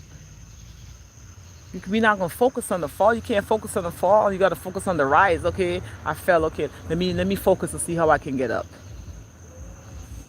That's it. Let me focus to see how I can get myself up. Because you're here to save yourself. You're here to save yourself. That's why it says, man, know thyself. Because the truth, knowing thyself, is finding truth, finding love within yourself is what's going to make you free. Love of self is what's going to make you free. If you're trying to set yourself free, you have to seek self-love, which is within you. Once you found it, you got the keys. You got the keys. You got the keys. You can unlock. You unlocked the universe. Like I said, you got the keys. And you can unlock the universe. And the universe is now open to you. All possibilities, endless possibilities is now open to you when you love yourself. Endless possibilities. The great you accomplished. You oh I've accomplished. That's it. Self love, greatest accomplishment. The greatest accomplishment. Don't let them fool you. That's like Buju Banton said. Don't let them fool you. Don't let them fool you. Don't let them fool you into thinking your greatest accomplishment is what you did. Your greatest accomplishment is what you became. Not because you became a doctor, not because you became a lawyer, not because you became an inventor, a scientist, not because you became all of that. That's not your greatest accomplishment. Your greatest accomplishment is the love that you have for yourself. Self love is your greatest accomplishment. That would be your highest achievement. Your highest. That's what I want my children to know. Your highest achievement is self love. So don't let them fool you and trick you into thinking that these things is the highest achievement. Breaking all these records. Yes, the Olympics is on right now. The Olympics is a great sport. These people are accomplishing great things, but that's still not the greatest accomplishment. Winning gold is not the greatest accomplishment, right? It's not. We were great performers. We're great performers. Oh, we will perform at the best, at the top. We're great at performing. We have that power. We have that physical power. We have the masculine energy. We can perform great. That's great. Yes. Nothing against it. But the greatest, the highest of the highs, the highest of the highs, so the King of Kings and the Lords of Lords, the highest of the high is the love of self. Because without that, those accomplishments means nothing without self-love. That's why it said those people who accomplish the greatest are still not happy with themselves. So their achievements means nothing. Michael Jackson couldn't even sleep. And this man achieved so much in his lifetime. Michael Jackson achieved so much in his lifetime, and this man could not even sleep, couldn't even be at peace with himself. Because without that, all his accomplishments means nothing. Faith without works is dead. Faith without works is dead. So you can have all the accomplishments in the world. But if you don't have the works, if you don't have the self-love, which is the real work, you have nothing. Without self-love, you have nothing. Those things are null and void without self-love. And this is proven. This is human proven. This is scientifically proven. This is mentally proven. This is all proven. That without self-love, you have nothing. Because I've seen people unhappy and they have everything. Some people seem to have everything. They have the family, they have the money, the career, and they still not happy. Still not happy, still depressed, still got to take drugs, still got to go to a therapist. And they have it. A lot of people who are depressed right now have the things that's not supposed to make them depressed right now. They have the house, they have the family, they have the car, they have the relationship, they have the friendships, they have the good job, they have the beauty, the hair, the good hair, the face, they have the body. They have all of these things that everyone is looking at. Oh my gosh, like everyone is adoring. But these people are not even happy with that. They're still depressed. Still depressed. Because it don't mean nothing. That's why they're depressed. Because that shit don't mean nothing because they don't love themselves. They don't feel like they're enough. They feel like they're enough. Don't feel like they're beautiful even though they look like a freaking model. They're looking like the universe, God created them itself, handmade, but they don't believe it. So it don't matter to them. You could tell. I'm like, what beautiful people? People who are supposed to be so-called beautiful in this reality, what they show you as beautiful, don't believe they're beautiful. They don't believe it. They're in therapy right now. They're in therapy, trying to figure out why they don't love themselves, trying to heal from traumas, and all they have to do is pour that love into themselves. All you have to do is love on yourself, and all of that, it's like it didn't even happen. All of that don't matter when you love yourself. When you love yourself, all the trauma, all the stuff you've been through, it would be like a dream. Because through it all, I still love myself. I still love myself through it all. I've went through the lowest of the lows. I've experienced the lowest of the lows. I know what it's like to fall. I know what it's like to be rejected. I know what it's like to be exposed. I know what it's like to be embarrassed. I've experienced all those lows of the lows. I've experienced it. But I still maintain my self-worth. Still maintain the self-worth. I still believe that I am the one. I still believe that I'm chosen. I still feel as though I am the one. So it don't matter what I'm going through right now. I still love myself. I still see myself as the most valuable thing here. I still see myself as that. So that conquers, that just trumps everything I went through. Everything I'm going through right now. Love trumps all of that. It don't matter. What I'm going through right now, oh, that don't even matter. That's an illusion. It's an illusion. It's an illusion. I make it real because I feel it. My feelings, my emotions that I'm adding to it is what making it real. It's what's making this problem feel so real because I am putting energy to it. But it's not real. I make it real. I make everything real. I add value to everything. I'm making all of this real. I'm creating my own reality. Yes, I am the creator of my own reality. Like I said, I'm the author and the finisher of my faith. I am the one doing this. But it's not real. I make it real when I feel it. When I choose to relive it, when I choose to feel it and relive it, I bring it back up. I make it real. I am the one that's reliving it. Those things have passed away. The past is why it's called the past, because it passed away. It's the past for a reason. It don't matter if it happened yesterday. It don't matter if it happened 5 minutes ago. It don't even matter if it happened a second ago. It's still the past. It passed away. Whether it happened a second ago or whether it happened 20 years ago, they're the same. The same. It's still the past. So all the things have passed away. All things have become new. That's the past.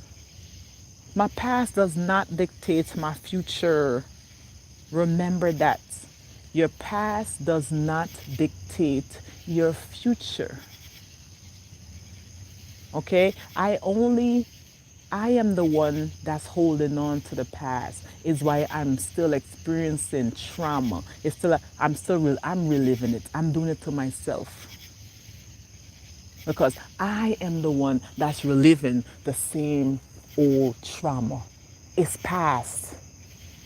All things have passed away. Right?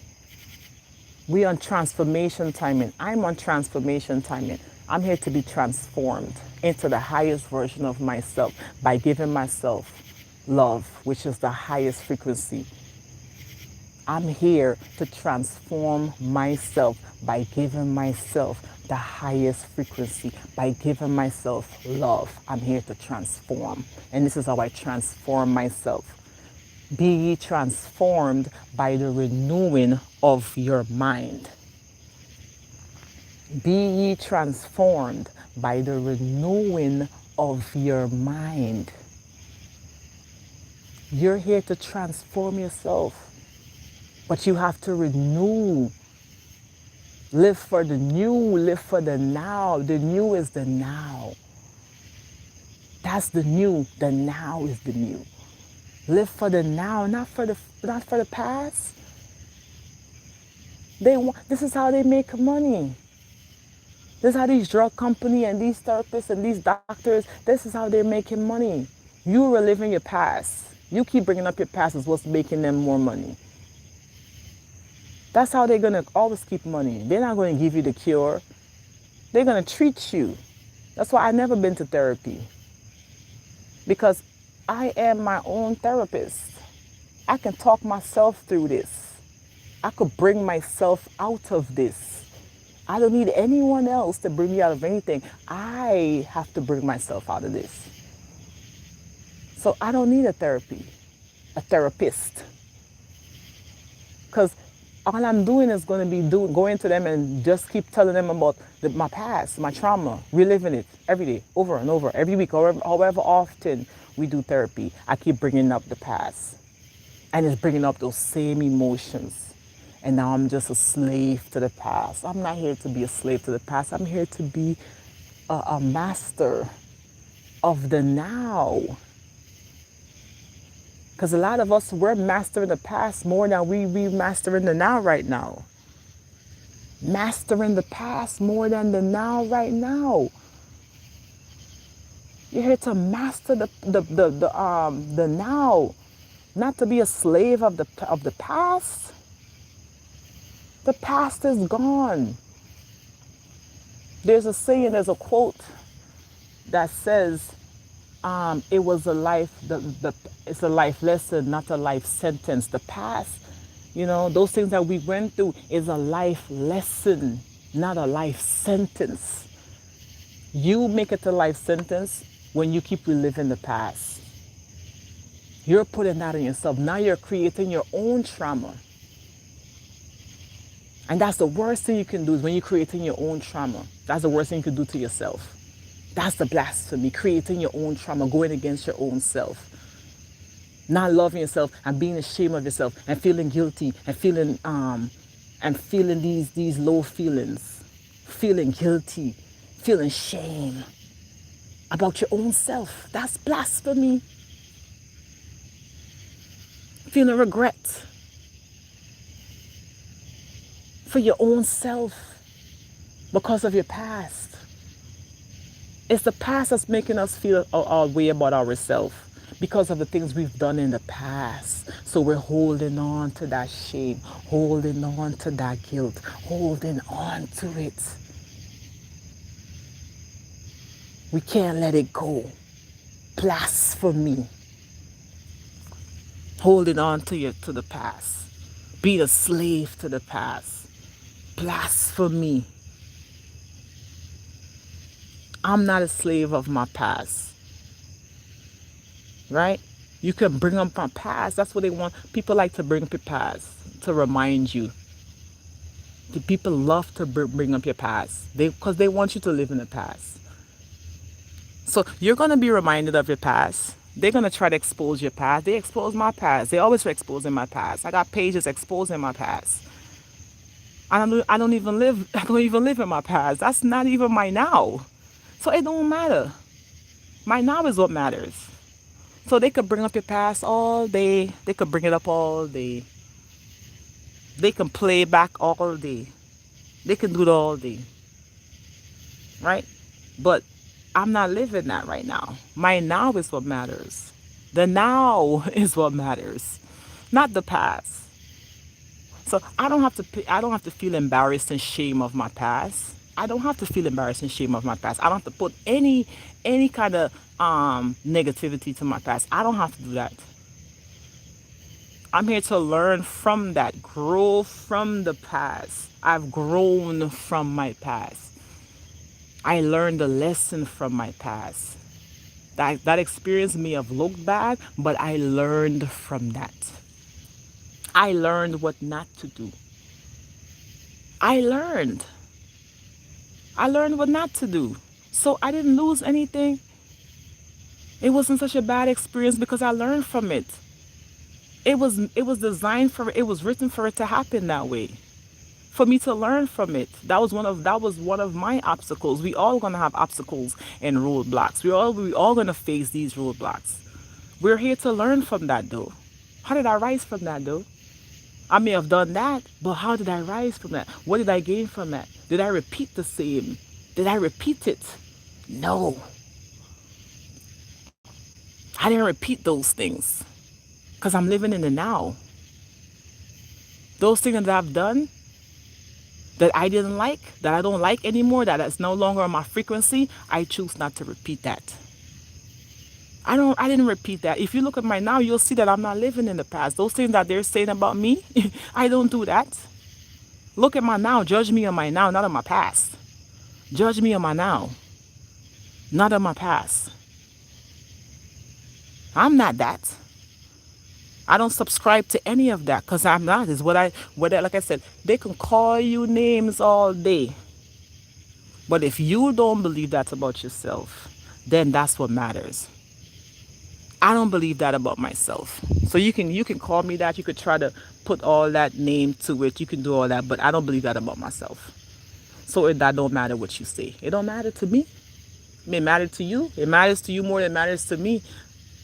And that's a fact. Your past matters more to people than it matters to you. When they always try to bring up your past, it's because it matters more to them than you. It matters more to them.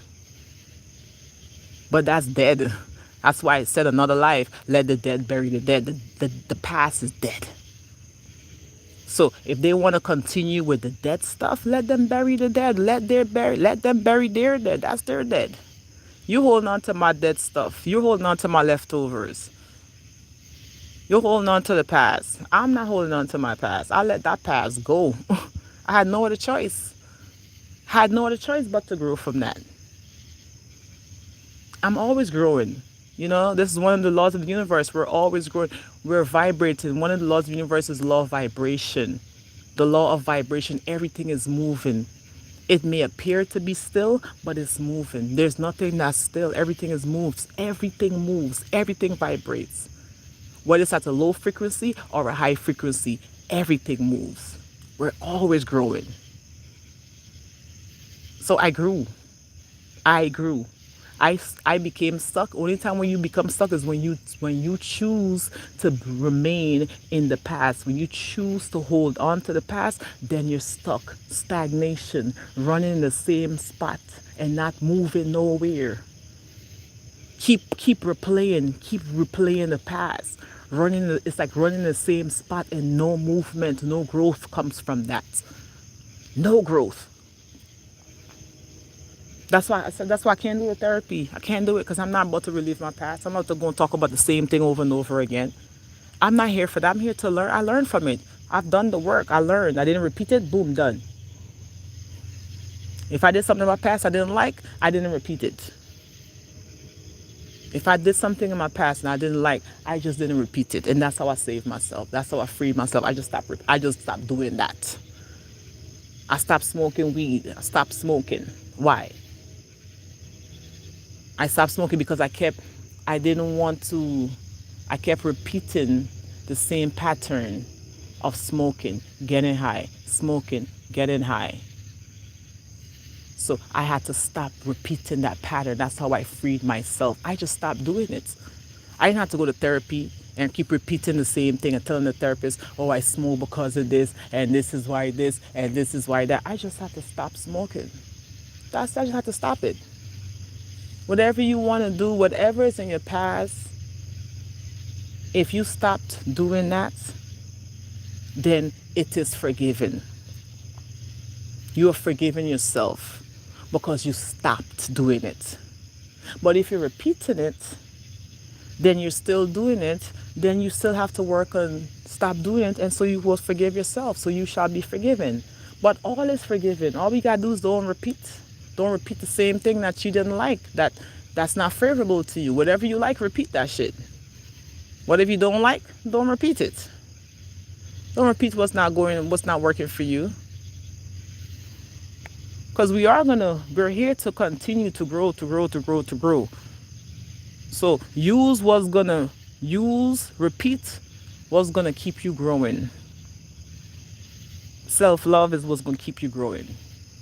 Self-love is what's gonna keep you growing. The past is stagnation. Bringing up the past is stagnation. It's not growth. There's no growth from this. There's no growth from bringing up the past. So I'm here to grow. I'm not here to live in the past. You know, that's not what I'm here for. I'm here for growth. I'm here to grow. And I'm always growing. Always. No matter if I try, I don't stop growing. I can't stop myself from growing. When it comes to the universal laws, it's truth. And there's nothing you can do to stop it. It's truth. The truth is what's going to stand forever. The truth is what's going to stand forever. The truth is eternity. The truth will stand. Whether you're here, whether you're gone, the truth shall remain. The truth shall remain. The truth is not going nowhere. So I stand on truth. Because I'm standing on what's going to sustain me, what's going to remain, what's going to keep me around. It's the truth, which is love. Self-love is the truth. Knowledge of self is the truth. Self-love is the truth. That stands forever. That stands forever. This knowledge of self, this I am, this consciousness will stand forever, will last for eternity. Self-love lasts for eternity. You can't die when you love yourself. There's no death. There's no such thing as a die, it's a death in self-love. You're dead to yourself when you don't love yourself. You are dead to your own self when you don't love yourself. You're dead to your own self. I may be dead to my family, as in like, or my friends or the people that I used to know. I may be dead to them. They don't want to have nothing to do with me. I may be dead to them. But am I dead to myself though? Am I dead to myself? No. Did I let myself go? No. Did I give up on myself? No. People going to give up on you? Yes. But did I give up on myself? No. So you can't give up on yourself. Do not give up on yourself. That's the best advice. One of the best advice I can give is to not give up on yourself. Do not give up on yourself. Don't let yourself go. Do not let yourself go. You got to let everything else go, but not yourself. You can let everything else go, but not yourself. And what's going to keep you, what's going to hold you, what's going to keep you is self-love. You cannot let yourself go once you have self-love. Once you have self-love, there's no going nowhere. There's no dying. There's no death when you love yourself. You're living in eternity when you have self-love. Because love is eternity. Love is eternal. So there ain't no death in this. Like I said, the only way you're dead to yourself is when you don't love yourself. That's death. And hate is death. Hate is a poison. That's death. Hate is a poison. Hate is death. That's why it's blasphemy. Blasphemy, death, hate. These things are blasphemous. And why they killed Jesus is because of blasphemy. What they called blasphemy is what killed Jesus. Because Jesus was not allowed to say that, was not allowed to be was, who he was made to be, who he was created to be. Jesus was not allowed to be that. They called that blasphemy because he said he and his Father are one, because he called himself God, because he called himself a prophet, he called himself whatever. And they said that was blasphemy. Because how dare he? How dare you say you're God? How dare you love yourself that much? How dare you put yourself up on a pedestal like that? So we're going to show you. We're going to make you an example. And that's what they did. They made him an example, showing the people, oh, you think you can come in here and call yourself God? Oh, let me show you who you truly are. But that's not who we truly are, but they're trying to say, let me show you. And that's what they did. That's what they're doing to our people too. Putting our people behind bars. Because people are professing to themselves that they are gods, that they are prophets, that they are leaders. So they're considering that blasphemy when you're living out in your true divine state. So Jesus is not just one person, it's a consciousness. And a lot of people who are carrying this Christ consciousness are the people that they call them blasphemous, are the people that they're trying to keep and put away. They're trying to put the people away, the chosen ones away. Because how dare you? How dare you put yourself above the rest? How dare you? Right? How dare you educate yourself? Who taught you this? Who taught you this knowledge? Who told you that you're God? How dare you? And they come in, come in. Because if you're going to tell yourself that you're God, trust me, you're going to have the haters. You're going to have people who's going to come in to challenge you. They're going to come in. Everyone is going to go through crucifixion.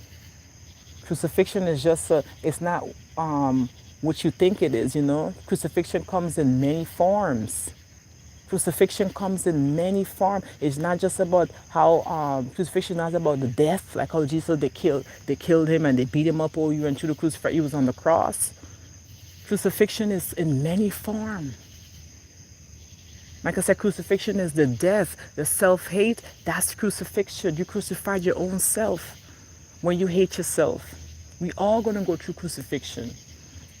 We all gonna be crucified once you're chosen, once you're carrying this Christ conscious. You will go through crucifixion because you're carrying Christ consciousness. The disciples, they all went through crucifixion. And this is what Jesus prophesied. Jesus prophesied that all the disciples will go through crucifixion. The people will turn on them. They will behead them. A lot of them got beheaded because they were living in their truth. They were living in divine truth. And those who are living in divine truth will go through trials and tribulations, part of the crucifixion, trial, tribulations, crucifixion. They're going to talk about you.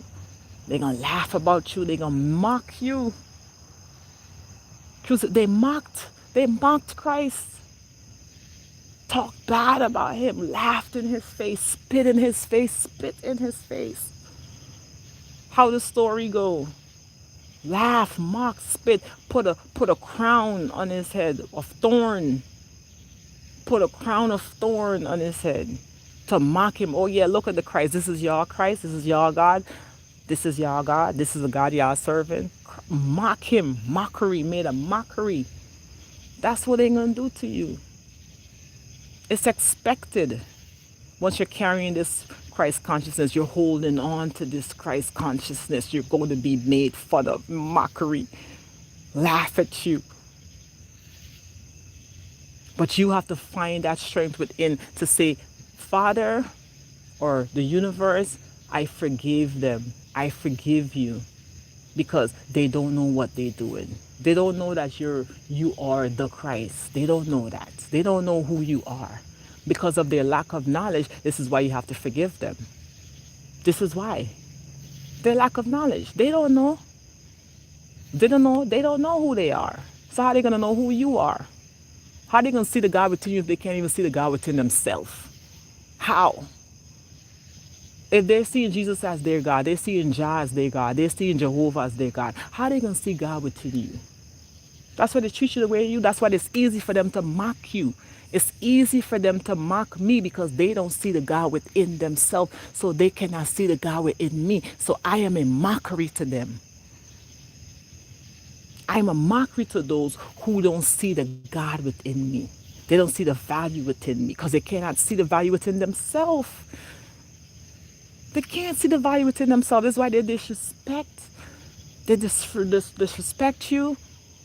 They're easy to be so negative against their own people. It's easy to be so negative against you. It's because they can't see the divine within themselves. So you have to forgive them. Let the dead bury the dead because they're dead. They can't see if you can't see the divine within yourself, if you can't see truth within yourself, you're dead. So I have to forgive you. I have to. Because you don't know what you do until you find yourself, that's when you'll see the true divine within others. You'll see the truth within others, and you'll never treat others any way other than who they truly are. You'll never come out of your mouth to others. That's why it says treat others the way you want to be treated. Because I can never treat others outside of how I treat myself. I treat others the way I treat myself. If people treat you like shit because they treat themselves like shit, that's all that is. They don't see the God within. They don't know. They don't know. That's why it says, know thyself. We have to know ourselves. If you know yourself, you will love yourself. If you know that you're valuable, you will love yourself. You will give yourself the very best. You're only gonna accept what you say about yourself. And you won't accept nothing less about what people say about you. You won't even accept that. That won't even penetrate you. That won't even matter to you because you know that's not truth. When someone says something about you, right? And you know that's not true, you really don't put a lot of energy to it because you're like, that's not even true. That's like, that's laughable because that's not even true. Or what? That's not me. So when people say certain things, you should know that's not true. That's not true about you. So you can't take that as truth because it's not true. So it don't matter. It don't mean nothing to me. What you said means nothing to me. What I say to me means everything to me. Whatever I say to myself, it means everything to me. But what you say to me, it means nothing. All these ideas and opinions you have about me, it means nothing. Absolutely nothing. It means something to you because you're the one that's holding on to it. You're the one that's saying it, but it means nothing to me. Nothing. Absolutely nothing to me. Self-love is the best love. They can't grade you. They can't validate you. They can't put you in no class. They can't put you in no class. They can't rank you. They're making an attempt. Man is making an attempt to put people in classes. The poor class, the upper class, the middle class, the lower class. Man is attempting to put people in class, but the people who are in these classes, they're in these classes because they accept it. They took the test, they passed the test, and they said, okay, yes, this is where I belong. We take these tests in school, they grade us, and they put you in the class based on your grades. If your grade is low, you're in the lower class. If your grade is low. When they grade you and they give you a B, No, they give you like a C or a D. They put you in the lower class. They put you there. And then the ones who are in the D's and the F and the C's, we be accepting it. It's like, oh yeah, but man, it's like you feel like you're a failure just because you in this lower class. Because they put you in this low class and they graded you. But you're not a failure because you're in the low class, because you failed that test. You're not a failure. You're not a failure because you failed that test. How you feel about yourself, regardless of what class you're in, is what's going to matter. It's what's going to manifest. That's what's going to manifest. Because there's people that they put in a lower class, but those people didn't accept and believe that they belong in that class. And guess what they did? Work their way up out of the class because they didn't believe it. They didn't accept it as their reality. It may look like it, but if I don't feel like it, that's not it. And guess what they did? Some of them who was failing all the time end up being a top. Because they pulled themselves out. They pulled themselves out because they did not believe and accept that as truth. They didn't accept it as their truth. I couldn't accept that I was poor in Africa. You can't tell me that I'm poor right now because I don't accept that as my truth. You can't tell me I have nothing and I'm broke. I don't have no money. You can't tell me that. I don't accept that as my truth. You can't. There's nothing you can tell me to say, oh yeah, that's what I am. No, you can say it all day. But no, I'm everything. I have everything that I need. Everything I need is within. Everything that I need, I'm carrying. So I may look like I have nothing, but I didn't put myself there. You put me there. You graded it and put me in a class. I ain't in that class. I'm not in nobody's upper class. I ain't in your lower class. I'm not in your middle class. I'm not in any of those classes. I'm only where I put myself.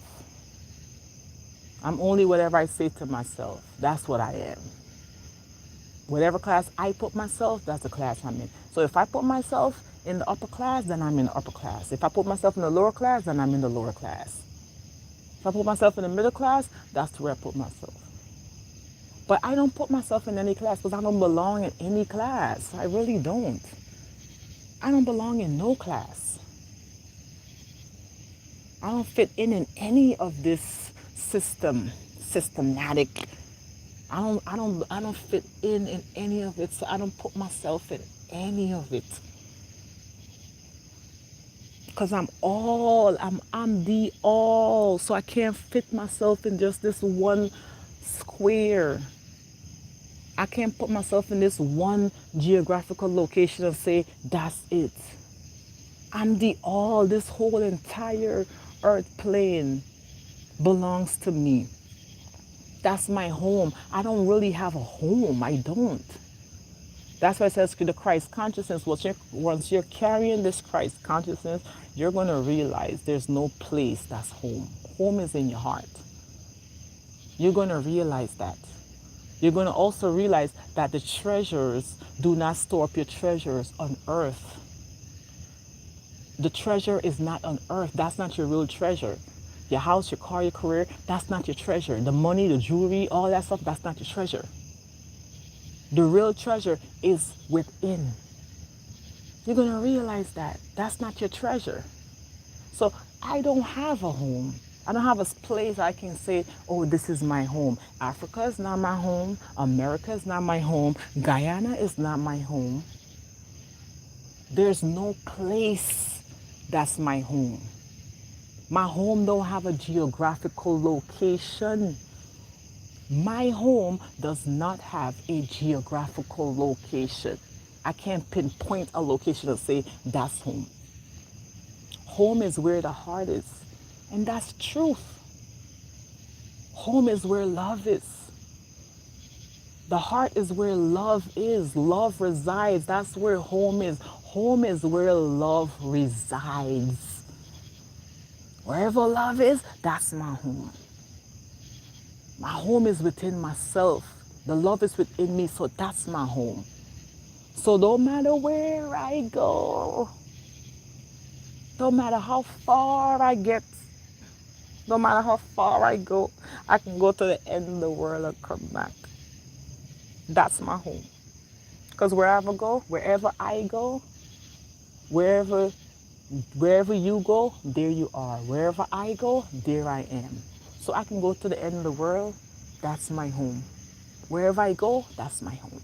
Wherever I go, it don't matter where I go in this world, that's my home because I'm carrying myself. So I'm always at home. Always. I'm never without a home, right?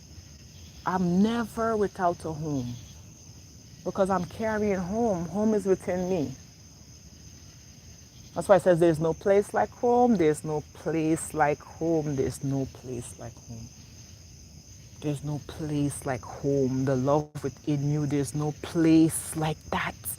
There's no place. Home does not have a place. Love doesn't have a location. That's why it says the love of money is the root of all evil. The love of money. The love of these places, the love of these material things. There's no place you can say you love. There's no money you can say you love. That's the root of all evil. Because you're taking away the love from yourself to give it to a thing, to give it to a physical thing. Right? So I don't love money because that's the root of all evil. Yes, money is a tool right now that man is using. Man is using money to have a subjective experience. We're using money to have a subjective experience. That's it. But to say I love money, that's the root of all evil. Blasphemy. Because it's a lie. That's why it's blasphemy, because it's a lie. You cannot love money. You cannot serve two masters. You cannot love God and love money. You can't. Either you're going to love one or hate the other one. So if you love money, you hate God. If you love God, you hate money. And that's what it is. Love and hate can never be friends. Love and hate could never be friends. Can't serve two masters. No man can serve two masters. So I don't love money. You use it. I use it as a tool to get to whatever physical things. I use it, but I don't love it. I don't love it. I love me. I don't love money. I don't love me more than I love money because I don't have no love for money because I can't say I love me more than I love money. Can't even do that either. Oh, I love me more than that. I love you more than that. No, no, no. There's no such thing. I love me. That's it. I don't love money. I love myself. With or without money. I don't have money right now. I don't have the worldly possessions right now. I don't have any worldly possessions right now. I don't have a home. I don't own a home. I don't have a home. I don't have money in the bank. I don't have a car. I don't have jewelry. I barely have clothes. Barely have clothes because I'm a minimalist. Have a few pieces. I have one bag. I have one bag that I take around with me. Just one bag. I travel with one bag. One. I don't even have luggages. I don't have none of those earthly things.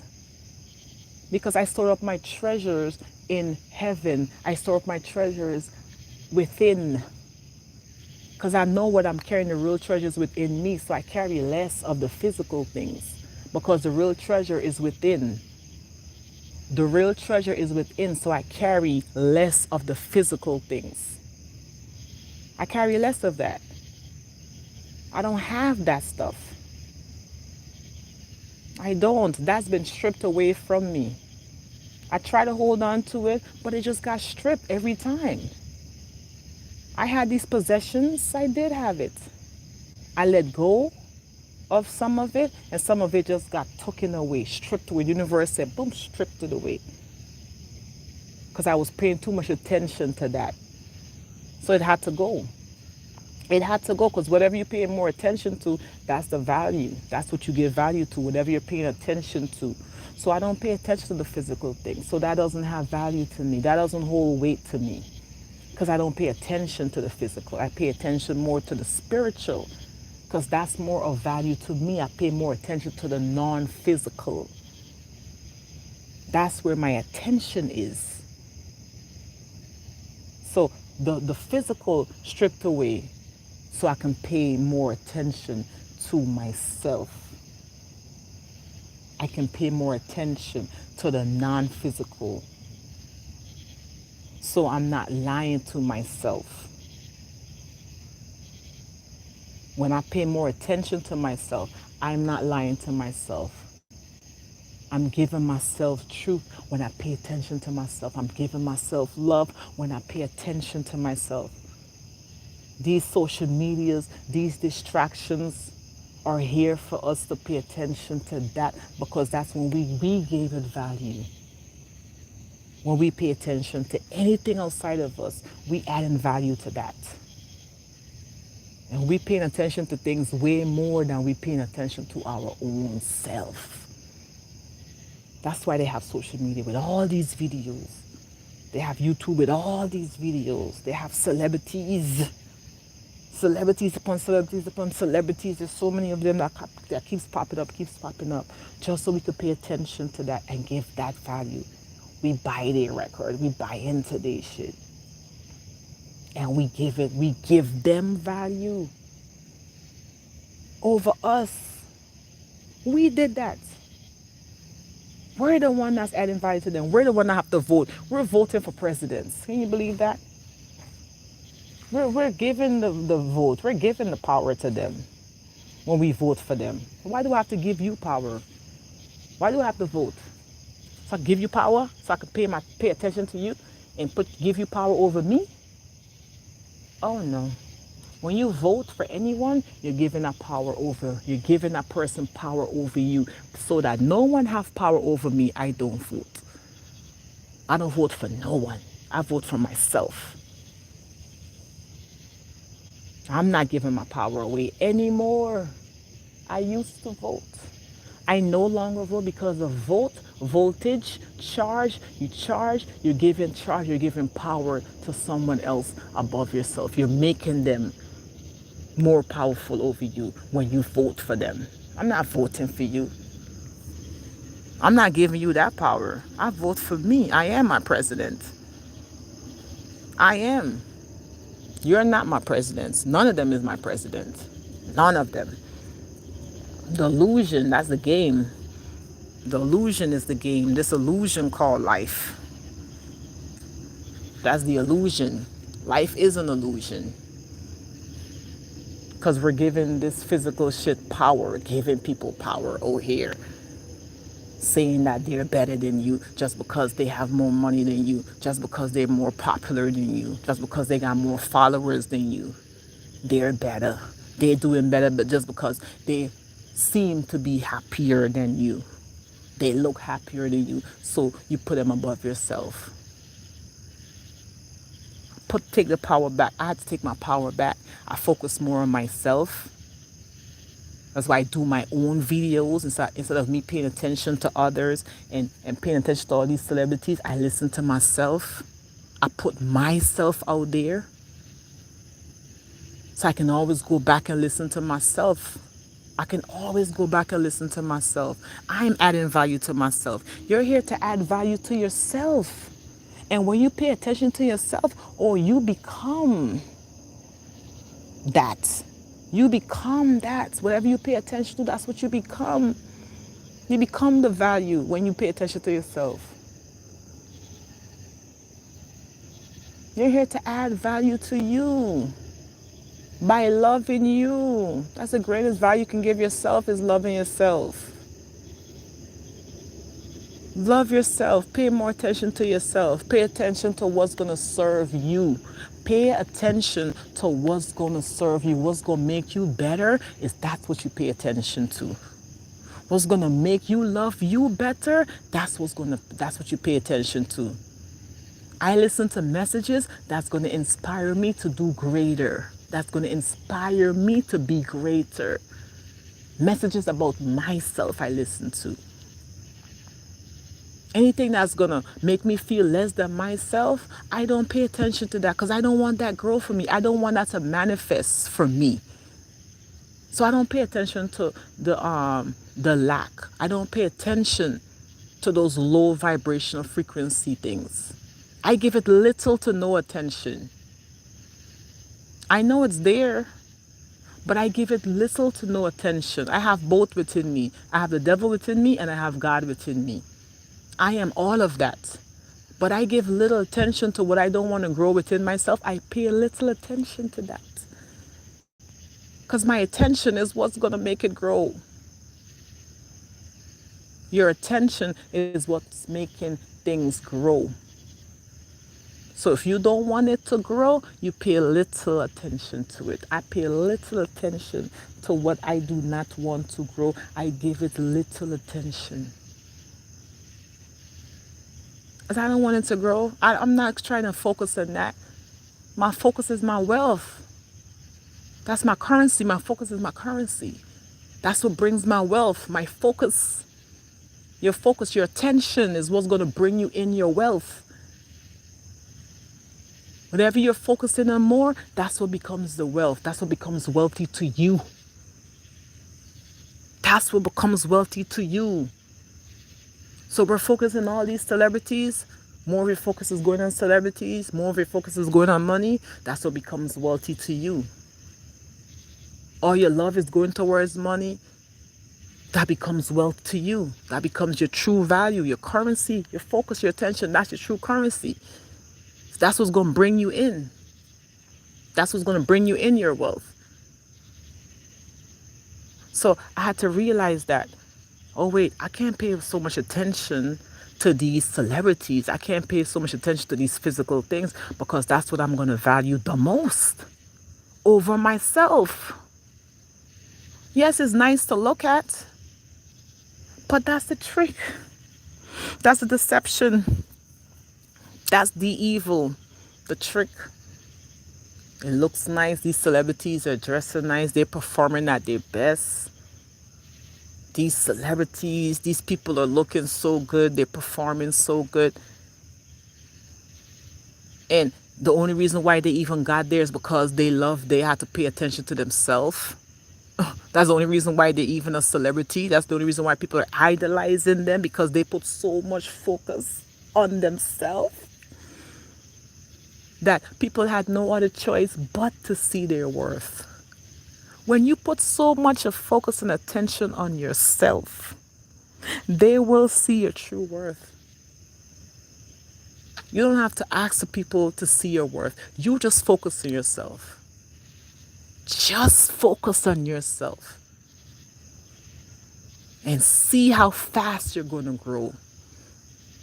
See how you're going to grow in love. See how you're going to flourish. See how you're going to become the light. You are the light of the world. That's what it says in the Bible. You are the light of this world. Okay? You're like a city that's set up on a hill. Everyone can notice that city because that city is on a hill. That's you. You're the light of this world. So if you put yourself up there like that, as the light of this world, they're all gonna see you. Why you think everyone is paying attention to celebrities right now? They put so much attention on themselves. They work on themselves consistently. They practice and practice and practice.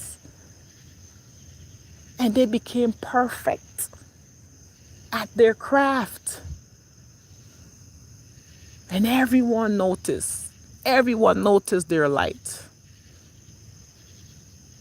That's what it is. When we pay less attention to ourselves, no one's going to see you. No one is going to see you not becoming a light. You're not being a light because you're not focused on yourself enough. You're not focused on yourself enough. So they can't see you that. They can't see you like that. But the celebrities, the ones who are who you're saying is at the top right now, who you're seeing at the top right now, how you think they got there? You think they got there by focusing on you? You think they even know your name? You know their name, but they don't even know your name. They don't even know your name. They don't know you, but they know themselves though. Everybody know them, but they don't even know you. They didn't get there by focusing on other people. They got there because they focused on themselves. They was up while everybody sleep. They was up while everybody sleep. They put in that extra hour. They put in that extra time into themselves. They invested into themselves. Whatever was going to make them greater, that's what they invested in. Those singers, they had to take, some of them took vocal lessons. They invested in their craft, in themselves, to make themselves sound even better. They paid extra for the choreography. They invested in themselves. They spend so much time, energy, money into themselves. They put themselves there. They put themselves to the top, at the top. That's why everybody at the bottom got to look up to them. Because they putting in that time and that energy and that effort into themselves. They didn't get there by listening to other people and let other people tell them who they are. They didn't get there like that. They get there because they focused on themselves. They had to believe in themselves. They had to feel that they were worthy. They had to feel that they were enough, the talent. They got all the talent. And they practiced. And they made themselves very valuable. They made themselves valuable. We're going to make ourselves, we're here to make ourselves valuable. Because a lot of us are asleep right now. We're not putting in the practice. We're not putting in the work, the time, the energy into ourselves. We're being lazy against our own self. Lying to our own self, going against our own self.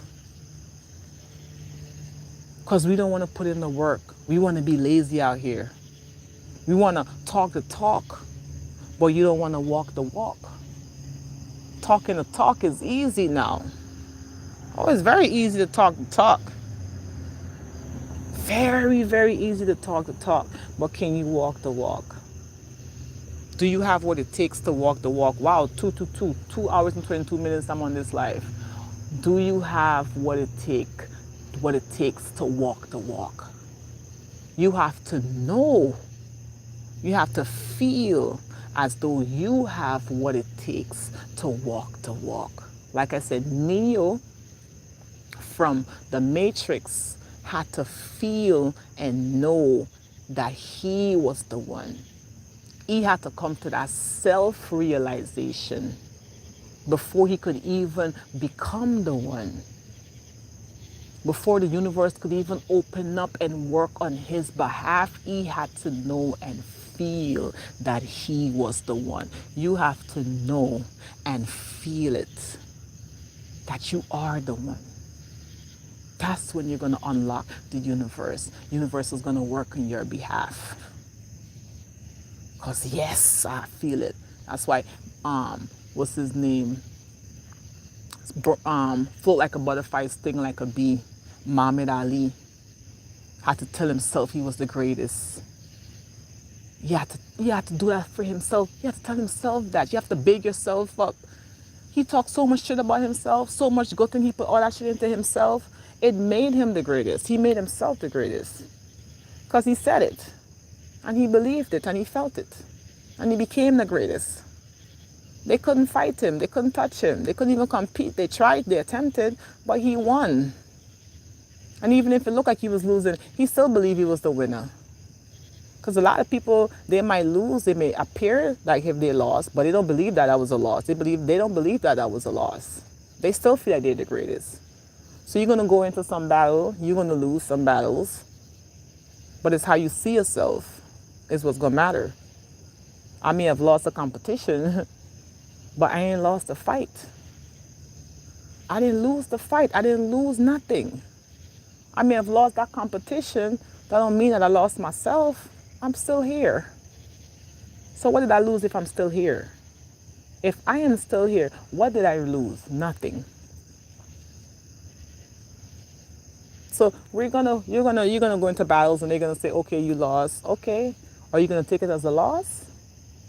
Or are you gonna take it as a lesson? If you take it as a lesson, then you won.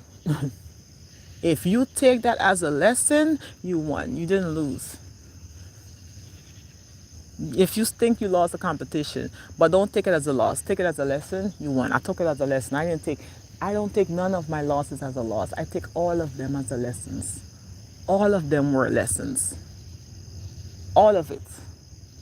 I don't care how bad it looked, how low it looked. It was all a lesson. It was never a loss. It was never a loss. Not a loss. It was never a loss. Because I'm not a loser. I'm a winner. Okay? I am a winner. Never lost. Once I have love, self-love, I won. Once I have self-love, I've won. I've won. You won this race. Once you have self-love, because this is a race. This life is a race.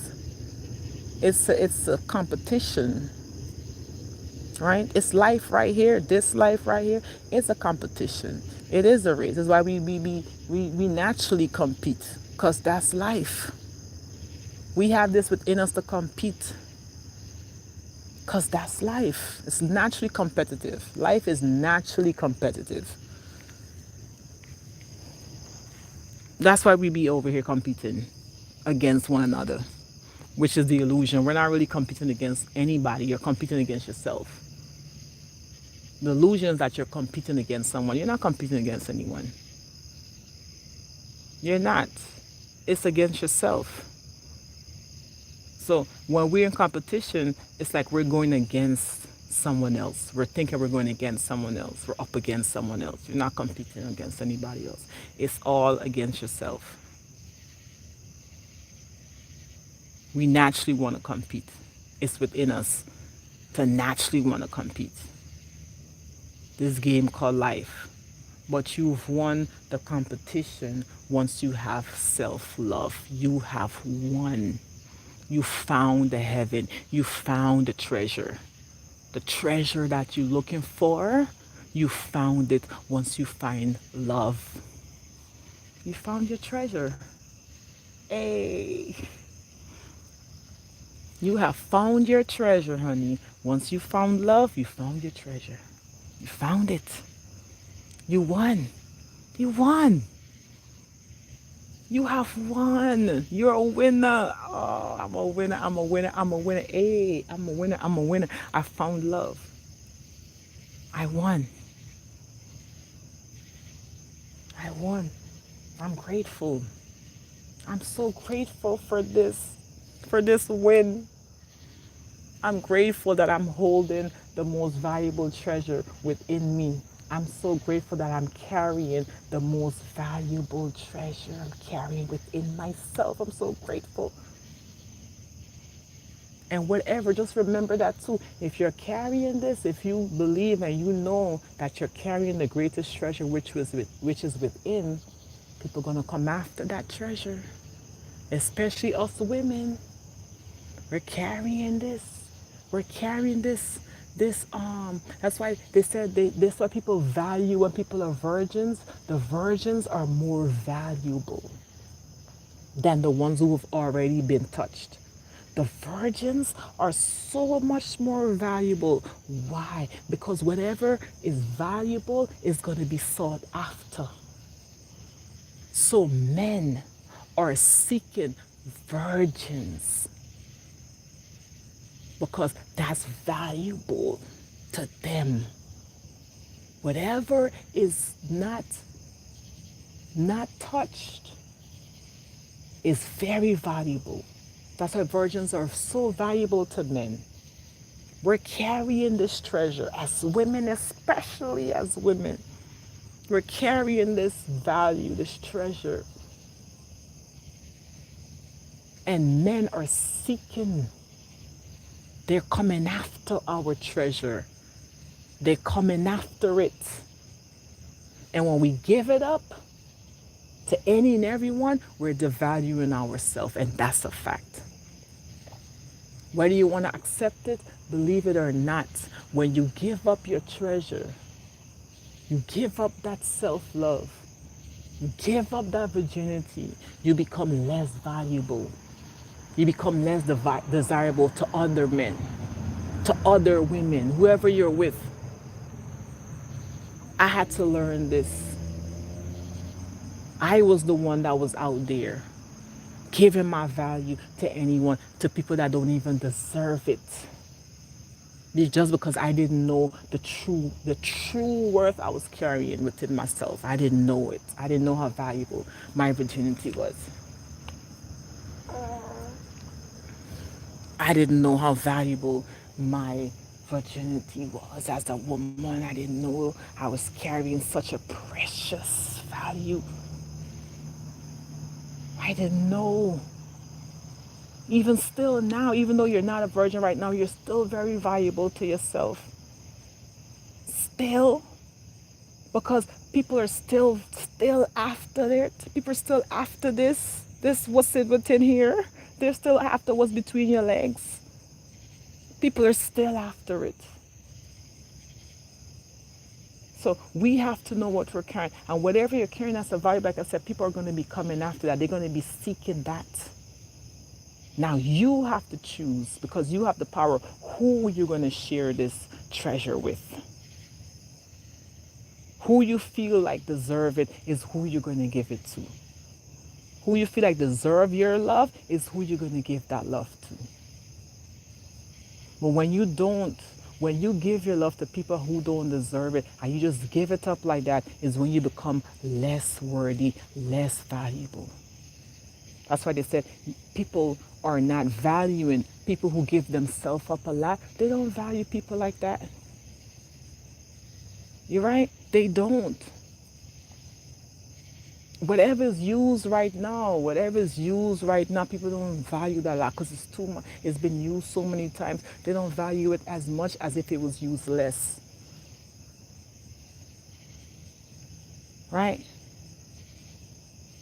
So this is why I had to come in. I had to learn this. This is something I had to learn. Because I was the one that was giving myself away. Giving my true value, myself away. Becoming less valuable to my own self. Becoming less valuable. So I had to take my power back. Take that back. And realize, wait a minute, that's not what makes me me. Giving myself up free like that. It doesn't make me that doesn't make me. That's not who I am. That's not who I am. No. I'm very valuable to myself. So I have to treat myself as the true value. I have to treat myself that. I have to hold on to what's valuable to me. I have to keep that. It's sacred to me. It's very sacred. Your body is your temple. Your body is your temple. It's very sacred. It's worthy. So we can't just share it to any and everybody. Cannot. We're not here to devalue ourselves. Yes. They're going to seek after you because you're valuable. Your carrying was valuable. Many will seek. Many are going to come after you because you're carrying that, especially women. Like I said, especially us women. That's why it says when a man findeth a wife, he findeth a good thing. When a man findeth a wife, he findeth a good thing. He finds value. He's coming after us. Men is coming after us because they know we are carrying the true treasures. We are the Holy Spirit. We are their gods. That's why they've got to come after us like this. That's why they're seeking us and we're not seeking them. They're after us more than we're after them. Because we're carrying a treasure. Our womb, our vagina is their treasure. Our love, our nurture that we give them, that's their treasure. That's their treasure. And we're that's because we're complete. We're carrying what they need. A man is not a man without a woman. A man is not even a man without a woman, yo. He's not. Because when a man becomes a man is when he has known a woman. When he has mated, when he has sexual intercourse with a woman, that's when he becomes a man. That's when he knows himself. That's when he finds himself, is when he finds a woman. Isn't that something else? A man who finds a woman is when he finds himself. If he don't find a woman, he lost out here. Every man out here has to find a woman. That's how he's going to find himself. Whether it be this lifetime or next lifetime. Yes. Once he find a woman, oh, found God, found heaven. After they be feeling like heaven in there for them. That's why in there, when they enter into us, oh, it feels like heaven to them. Because that's their treasure. That's the womb. That's the triple darkness of new. That's where the value is. So when they enter, oh, they're in heaven. And they can tell you, nothing feels like that. There's no better feeling than when they're in there. And they know that. They know that. They know that's the best feeling that they've ever had. The best feeling is when they're inside of a woman. If they don't know what the inside of a woman feels like, they don't know what heaven feels like. And that's a fact. If a man don't know what inside of a woman feels like, he don't know heaven. He don't know what heaven feels like. But a man who have entered into a woman and know a woman, oh, he got a taste of heaven. He can tell you what heaven feels like when he find a woman. And we as women, we can tell you what heaven feels like when we know and love ourselves and we know what we're carrying. Because we are the heaven, we're carrying the kingdom of heaven, we're carrying that. The Holy Grail, all that physical stuff, that's us. What I'm carrying the Holy Spirit. I'm carrying the Holy Grail. I'm carrying the treasure. I'm it. I am the prize. I have to know and believe and feel this. I am the prize. That's it. When you find me, you found the Holy Grail. You found me? You found me, the woman, or you found the Holy Grail? I found a woman, I found the Holy Grail. I found her. The Holy Grail. They can't tell me otherwise. They can't convince me otherwise. So we ain't gotta go seeking no man. You ain't gotta go searching and chasing no man. The man gotta know. He has to come seeking, searching for us. We don't have to go seeking, looking for them. They gotta seek us. They have to seek us. That's their mission. Masculine or physical, they have to come seek us. We're not supposed to seek them. They gotta come seek us. They gotta come look out and seek us, and then we choose. We're here choosing. I'm choosing. I could choose a man, I could choose a woman. I'm gonna choose no matter what. I'm always gonna choose. I'm gonna choose what's best for me first, though. I'm gonna choose what's best for me. So I choose a woman because a woman right now is best for me. Okay? That's the highest love I can receive, is the love from a woman. The love from myself is the highest first. Next to that is the love from a woman. So I'm going to give myself the very best. Hello. I'm going to give myself the very best. And I give myself a woman. Because her love, when I tell you, yes, I found a good thing. Because her love matches the love I have for myself. Ain't no man love can match my love I love for myself. No, man love can't match it. You can try, because I've been married. I've been with men. But I don't experience the same. I can't, the love don't match. It's not the same. The love of a woman surpasses the love of a man. And that's just what it is. And that's the truth. That's for me, though. That don't have to be your reality. I'm not telling you to go and be with a woman. I'm not saying that. I'm saying for me. You would choose what's for you. If you think the love of a man is best for you, then that's your choice. I know what I experienced, and I'm choosing what's best for me. I'm choosing what's the greatest for me. And I choose my woman. I choose my wife. She loves me. Her love is the only love that comes close to the love I have for myself. Her love is the only love that comes close to the love that I have for myself. The man's love, the man is too selfish, man. Man is too selfish. We women, we're just naturally selfless, naturally by design. We're naturally selfless. You know, we're naturally givers. Naturally, it's just subconscious. We just naturally nurture. We're made up this way. So the woman, she's a natural giver. She naturally serves. She naturally loves, naturally nurtures. She don't have to do anything to prove her love to me. She's just that. She just do it because it's in her. It's just subconscious. Don't even have to think about it. She do it before you even ask. She do it. Or you have to ask. She just does it. But for the man, you have to ask. You got to show him.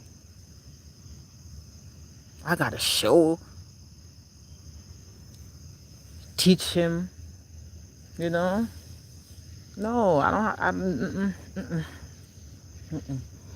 I shouldn't have to teach no man. That's why I'm with a woman. And I shall remain with my woman because I don't got to teach her how to love me. She already knows how to love me. She knows it's within her. I already know how to love. It's within me. You don't have to show me. It's subconscious. It's already in me. I am love. I'm a complete expression of love. I am a complete expression of love. So I'm going to show love naturally. I'm going to be loved naturally. I'm going to be sought after naturally because I am that as a woman. I'm going to be sought after as a woman. You're going to be sought after more than a man. Because you are the complete expression of love. Woman, you are going to be sought after more than the man. The man is going to be after you more than you go after the man. You're going to be sought after. Because you are the complete expression of love. And when the man finds you, he feels complete. He becomes, that's why it says, you become one flesh, you become one.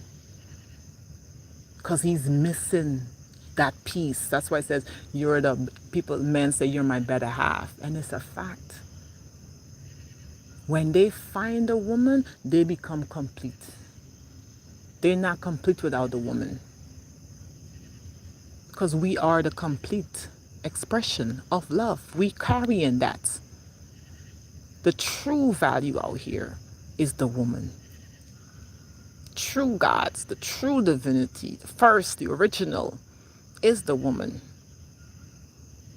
So when a man finds us, he becomes complete. He becomes blessed. He becomes blessed, it says. He becomes blessed in all his ways. The secret behind any successful man is the woman.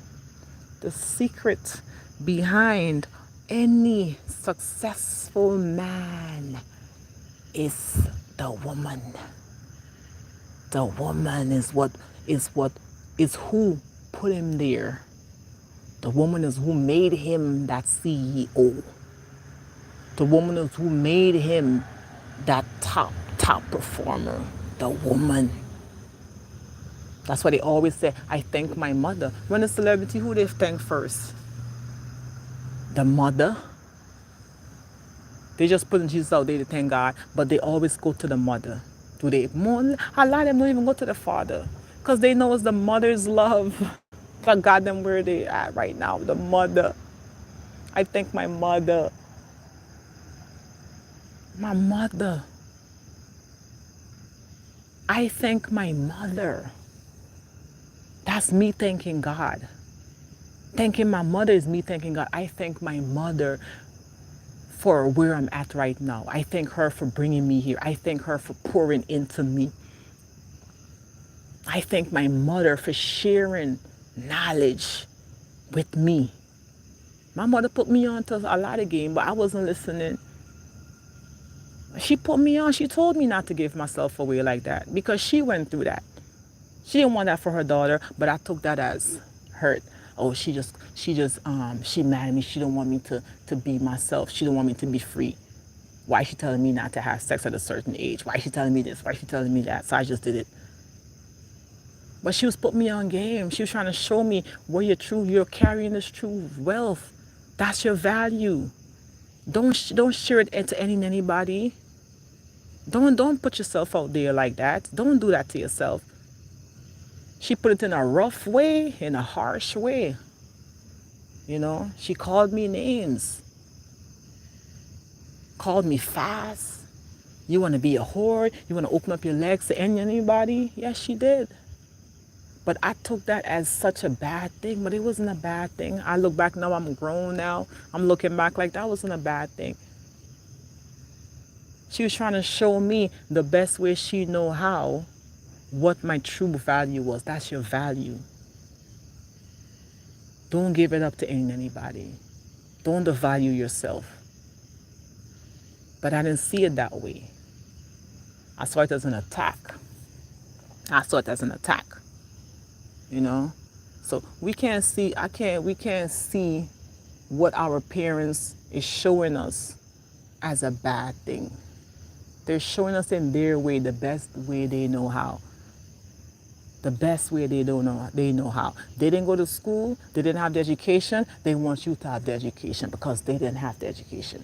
And they see how it put them at a disadvantage. So they don't want you to be at a disadvantage like them. It may seem like they're attacking you, but they're not. They're just doing the best that they know how. I didn't see it that way. You know? So I thank my mother for showing me the way. I thank my mother for leading the way. Because she really was trying to show me. She was trying to show me that I was a true value. She was trying to teach me self-love by showing me that she don't have to tell me that I'm beautiful. She was showing me that. She was teaching me self-love, how to stand on my own. By not showing me favoritism, by not showing me that I was her favorite. She was showing me how to love myself. Don't depend on my love. I brought you here. I brought you as far as I could. As far as I could. So you don't have to depend on me now. You never had to depend on me. She was showing me this. I'm over here. Oh, that's trauma. My mother did this to me. My mother did that to me. I'm resenting her. I'm carrying all of this thing, carrying all of this within, all this pain within against my mother.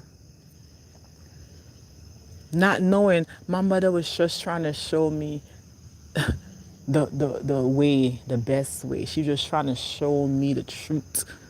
She's trying to show me that I am the true value. Me. Me. I didn't have to depend. I don't have to depend on her for love. I don't have to depend on her for approval. I don't have to have her congratulations. I don't have to have that. I have to congratulate myself. I have to be proud of myself. She is not here to be proud of me. I'm here to be proud of myself. And she was teaching me these things. How to stand on my own 2 feet. How to stand on my own 2 feet. She wanted what's best for me. And that's love.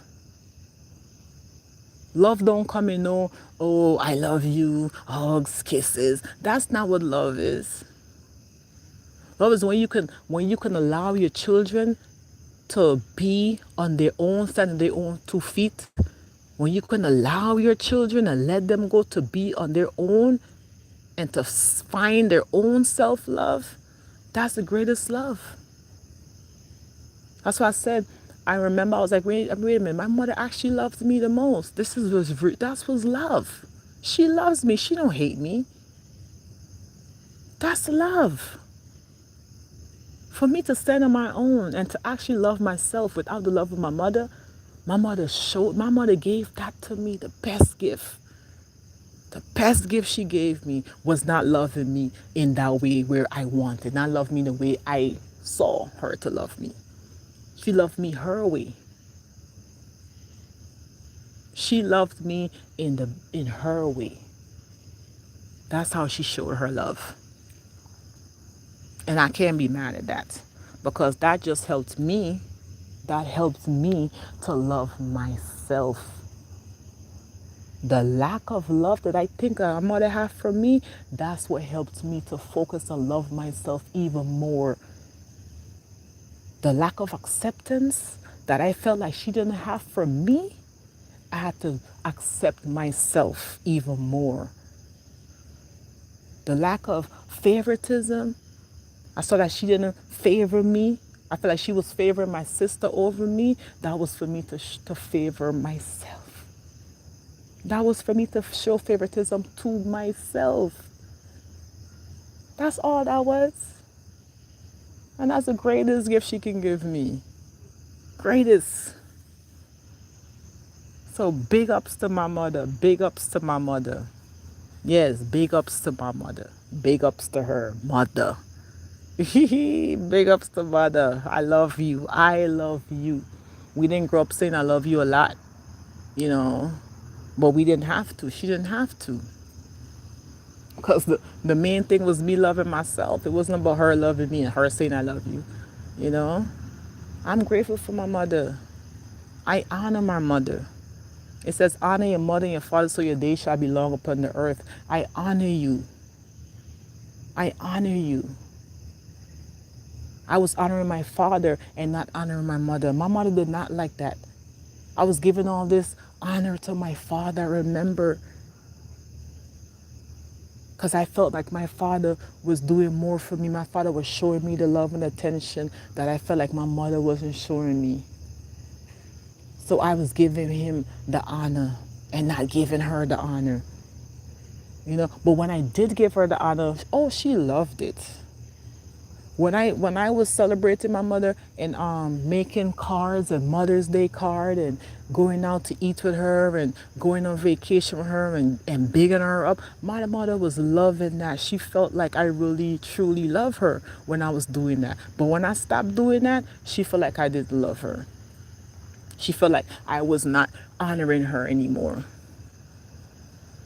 And I was always talking about other people. I'm talking about my dad. I'm talking about people that's in my life, giving them the honor. And she felt like I wasn't honoring her. You know? But my mother, the true Geo, the true OG, that's my mother. My mother gave birth to me. My mother went through all that pain to get me here.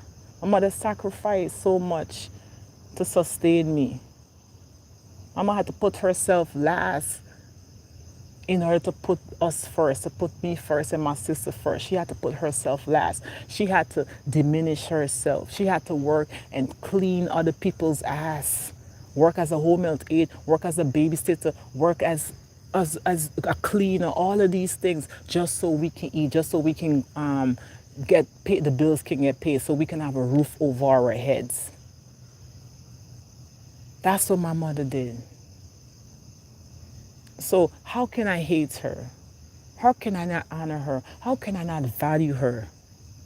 That's why I ask for forgiveness. I repent, Mother. I repent. I ask for your forgiveness. I ask for your forgiveness because you did. You did the best that you knew how to. At 16, you gave birth to me. At 16 years old, you gave birth to me. Society considered that young. You know, you didn't accept, you felt shame for that. So I got sick and you had to put me somewhere else, but you put me in a better situation. You didn't give me away. I looked at it as if you gave me away. My mother just gave me away. But my mother didn't give me away. My mother put me in a better situation. That's the greatest love a mother can do, is to put her child in a better situation. Right? That's what she did for me. My mother put me in a better situation where I can get the healing because I was sick. And she was young. She wasn't in that mentally, she was not ready and prepared to handle a sick child. So she gave me to an elder that can bring me back to life. You know? She did that for me. Because what if she had kept me around? How much sicker could I have gotten? I probably wouldn't even have made it if she didn't make the decision that she did. You know? That's what we're going to do for our children. We're always going to make the best decision for them, even if we have to give them to someone else who's going to take better care of us. That doesn't make us bad mothers. That didn't make my mother bad because she gave me to someone else at 16 because I was sick. Even if she gave me to someone else, even if I wasn't sick, even if she wanted to do her thing because she's young and she still wanted to have her free life, I can't blame her for that. I can't wrong her for that. Because she still put me in a better situation. Because sometimes it's best to let go than to keep the child and let the child suffer. Let the child go through all that suffering because you don't want to let go. Sometimes it's the best thing you can do for that child. And my mother did the best thing for me, is to give me to someone who can bring me back to life, who can heal me, who can pour into me, who can give me what she couldn't. That made her the best mother in the world, was to give me what she couldn't give me. What's making me the best mother in the world is doing the same thing for my youngest children right now. I have to give them what I can't give them. I have my son with someone who is giving him what I cannot right now. Giving him all that attention, all that love, all that nourishment that I can't right now. I don't want him to be in lack of, especially of my love and my nurturing. Because if he's with me, he deserves my love and my attention, my affection. He deserves that if he's with me. He deserves my undivided attention. Our children deserve our undivided attention. They deserve our love if they're with us. So if you can't give it to them, if you cannot give it to them yourself, that's when, as a mother, you have to make those tough decisions. We make those tough decisions. And I wanted what's best for him. I want what's best for all of my children. I held on to two of my children as long as I could, brought them into adulthood. I gave them what I could, sacrificed. The two younger ones, brought Jojo until she's 6. I think we celebrated her 7th birthday before I left. Brought Allah into this until he's 3. Gave him the best I could. But I had to make the best decision for them. I had to, because I wasn't giving them what they needed. I wasn't giving them what they needed. I was there. Yes. Physically, I was there. Was I there emotionally? No. I was not there emotionally, but I was there as a provider in more of my masculine energy, But I did try my best. Lord knows I did. I tried my best to be a mother to them. I did try my best to be a mother. But when my best wasn't enough, I had to let go. I had to leave them in a situation, not abandon, but I had to leave them in a situation that's going to promote growth for them. It's going to promote their growth, their emotional, especially their emotional well-being. I had to.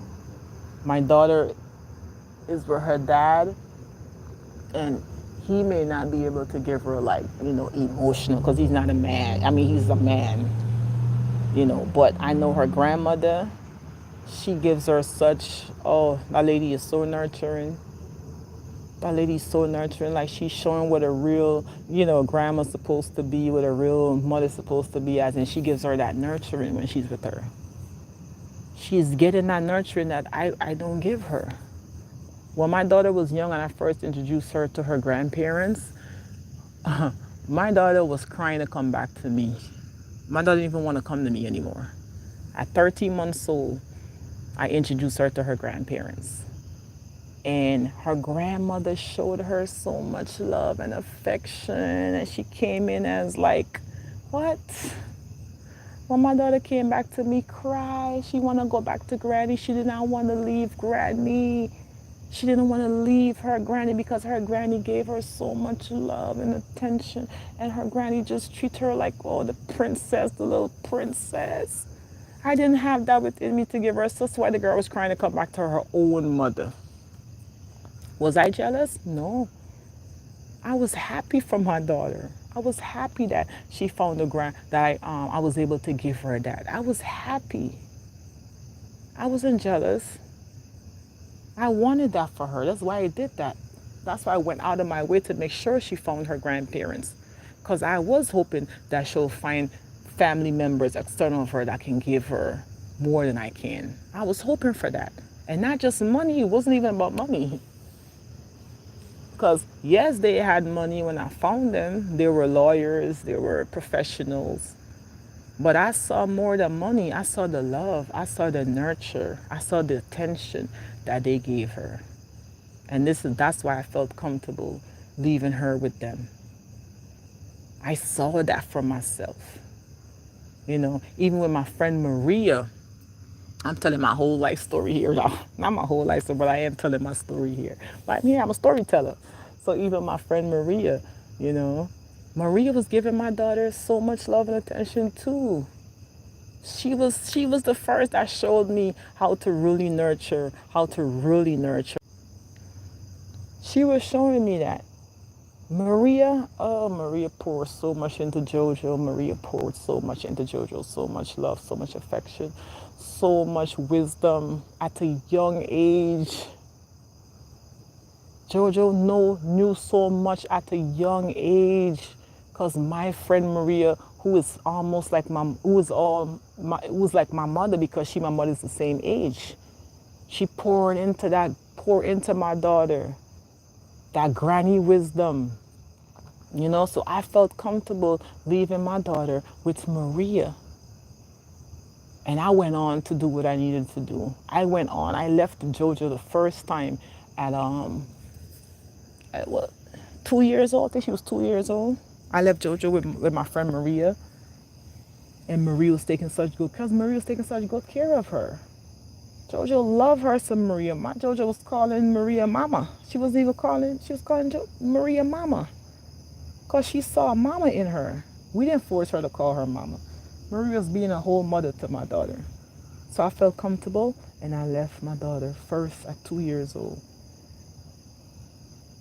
Because I did not have it within me to give my daughter that level of nurturing. I didn't even have it within me to give.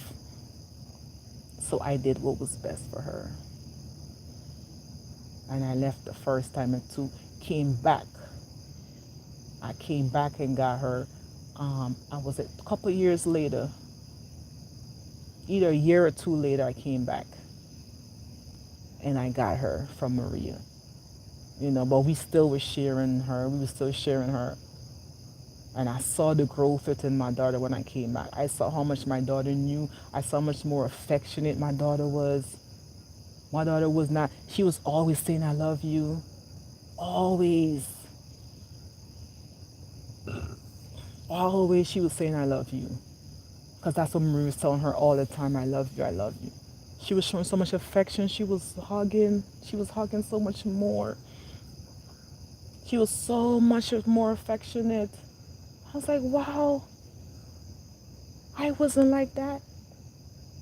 I was not doing all of that. But look what Maria was doing. Look what Maria showed my daughter love, yo. My daughter was over there loving and hugging. And the two older kids I had with me, I wasn't showing them like that. So when my daughter was being so much more affectionate to them, they didn't know how to receive it. Georgia was so loving. She always wanted to be so loving. She always wanted to be up under her siblings, her older siblings. She was displaying what Maria was showing her. Maria showed her real love. Maria showed her what real love is first. So she recognized that in her grandmother, her biological grandmother, because Maria is a spiritual grandmother, but her biological grandmother, Jojo saw the love. Jojo saw the real love, you know? Jojo recognized that because she was receiving that from Maria. So I always say Maria laid the foundation. Maria is the one that instilled into my daughter love, the real principles. Maria did that for her. So that's how they was able to love and accept my daughter. That's how they was able to show so much love to her, because the love that was already poured into her. I'm not saying that I didn't love my daughter. I didn't pour into my daughter. I'm not saying I didn't do that. I did the best way I know how, you know. But I'm saying Maria, oh my gosh. Maria did that. And I could never take that away from Maria. I could not. I can't. They tried to take it away. They took Jojo away from Maria. They took her away from her mama. They snatched her away. You know? They don't want to share her right now. They don't want to share Jojo with Maria right now, but it's because she's not biological. But she showed the greatest love. You're right, she did. She instilled in her. She was the one that laid the foundation. That's why my daughter is so intelligent like that right now. That's why she's all A's. That's why she can do all of these things. Because Maria is the first person, that was her first teacher. That was her first teacher. So they're separate. They're keeping them apart right now. They took her away from Maria because, I chose to find them. I chose to go and locate them against my daughter's father's wishes. I went against his wishes, and I went and located my daughter's biological grandparents. And once they found out that this is truly theirs through the DNA test, once they found out she's 100% theirs, that's when they came in and took her from Maria, because Maria had her first. I left her with Maria so that Maria can raise her. Because I know Maria's going to raise her in the principle that I wanted her to be raised. And Maria's going to raise her in love first. Maria's going to show her, but showing her love is what matters first. Before any material, it was love as the foundation first. She was showing her. That's how I wanted her to be raised. But I went to look for her biological grandparents because I felt like she deserved to know who her biological grandparents was. At the time, I was all into blood, family blood. I was into that. So that's why I went seeking for them. But if I was in the spirit, if I'm in the spirit, if I was in the spirit, Maria would be her mother spiritually. If I was more in the spirit, I would have chose Maria. I would have never introduced them to. I'm telling you, I wouldn't. I wouldn't have. If I knew they were gonna be like this, if I had known they was gonna separate my JoJo from her Maria, that wasn't gonna even happen. But I can't see into the future. I don't regret it.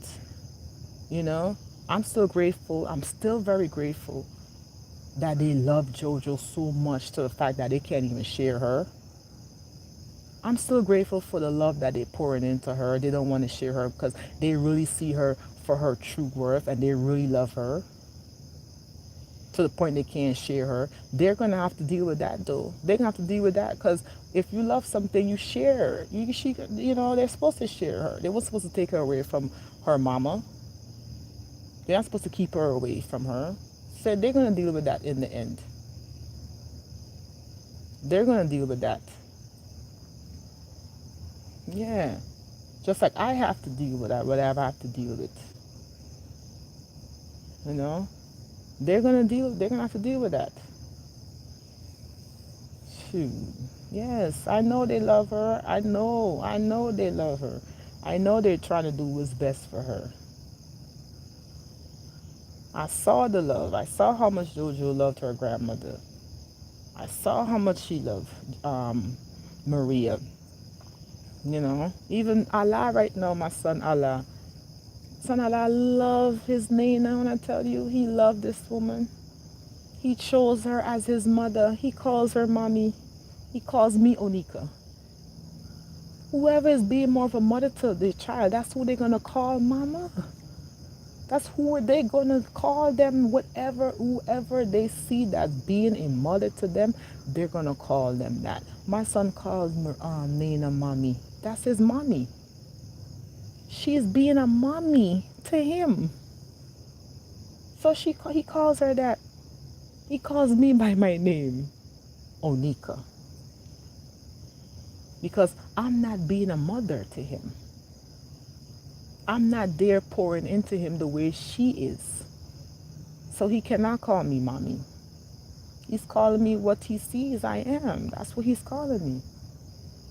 Jojo, a little bit more older, when I left, Jojo was 6, so she still calls me mommy because I was being a mommy to her. So she still has that program of me being a mother. She remembers more of me being a mother to her than Allah can remember because Allah, he was 3. He was 3 when I left. So he also was crying to be with Nana. When he spent time with Nana, when he had to come back home to me, the boy cried. Cried, cried. Falling out crying. So when he's spending time with her, oh, he's so happy.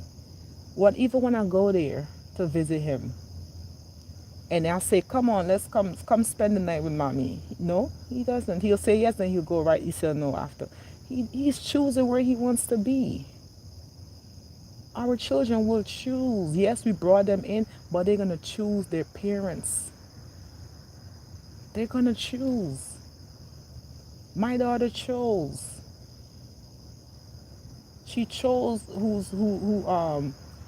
her parents are. My son chose, and it was through their actions I saw that. So I know where they are. They are loved, and they're being treated the way they're being treated for who they are. They're not being looked at as a burden. You know, they're not being looked at as a burden, because that's how I was looking at my children. I was seeing them as a burden when I had them, because I would feel like it was overwhelming. I felt overwhelmed. So when you feel overwhelmed with your children, it's like if they're a burden to you. I can't get to do what I want to do. I can't go to where I want to go. I feel like they're this, they're that. Like I was not seeing my children as the true value as they are. I was looking at them like that. I was looking at them as if like a burden. And they felt that children would know. I'm barely carrying them, barely hanging on, barely hanging on. And they know and they felt it. So I chose to let them go to where they're being valued the most. They're being loved and taken and cared for. And I would be a selfish mother if I just hold on to my children just to say I got my children, just to say I'm with my children, just to say I got children. When they could be in a better, when they could be at a better, in a better position with people who are going to treat them better than I can. And I'm not ashamed to admit that. I'm not ashamed to admit that at all. At all, I'm not ashamed to admit that. Because my son was crying to come with me. He didn't want to be with me. He didn't. Still to this day, he loves me. He loves me. He loves his Onika. He said, I'm his princessa. My son said, I'm his princess. He loves me. But does he want to live with me? No. He loves to know that he has a second mother. He has two mommies. Yeah, but does he want to live with this mommy? No. He does not want to live with me. He doesn't. And I'm not going to take that away from him. I would never take that away from him. I can't. I cannot take that away from my son. I cannot remove my son um from Nana's care. I cannot do that, because that would be me stripping the love and attention away from my son. And that's the best he can get. So why would I take that away from him just because I want to say, oh yeah, look, I got my son? No, no, no, no, no, no, no. No one is going to take that away from him. No one is going to take that, because he's receiving real love. So no one, that's why he's so divinely protected, because no one can take that away from him. Nothing. Nothing. No negative forces can even come and take away that, because he's receiving real love. He's receiving that. And that's all I wanted for him. I wanted him to receive that. And I don't care what it looks like to others on the outside. I don't care what it looks like to others on the outside. Or she give up her children. Okay, y'all can say whatever y'all want to say. Y'all can say whatever y'all want to say. But my son and my daughter is receiving the best care. They're receiving that. So I didn't give them up if they're receiving the best that I if they're doing if they're getting better than I can give. How did I give them up? If I put them in a better situation than I can provide right now, how did I give them up? I can't give them a house right now. I can't put them in school. I can't give them the money. I don't have none of that. I can't give them the nurture and love and attention that they're giving them. I can't do that. I'm not saying I can't, right? Never say you can't. But I'm not fully equipped right now to to be able to give that, right? I'm not equipped right now because I'm still working on myself. I'm still healing myself. I'm still healing. I'm still giving myself this self-love. This is years and years of programming. This is generations of programming, that I'm carrying, that I have to break. So in the meantime, if I didn't fully heal, how can I carry and show love to my own children if I'm not fully healed myself? What am I doing here? What am I trying to prove here? What am I trying to prove here? Right? I don't have it. And I have to admit it. I have to be real with myself. I have to be real with myself. I have to be real with myself. Emotionally, I don't have the emotional support. I don't have it. I'm learning. I'm developing that within myself. I am developing that right now.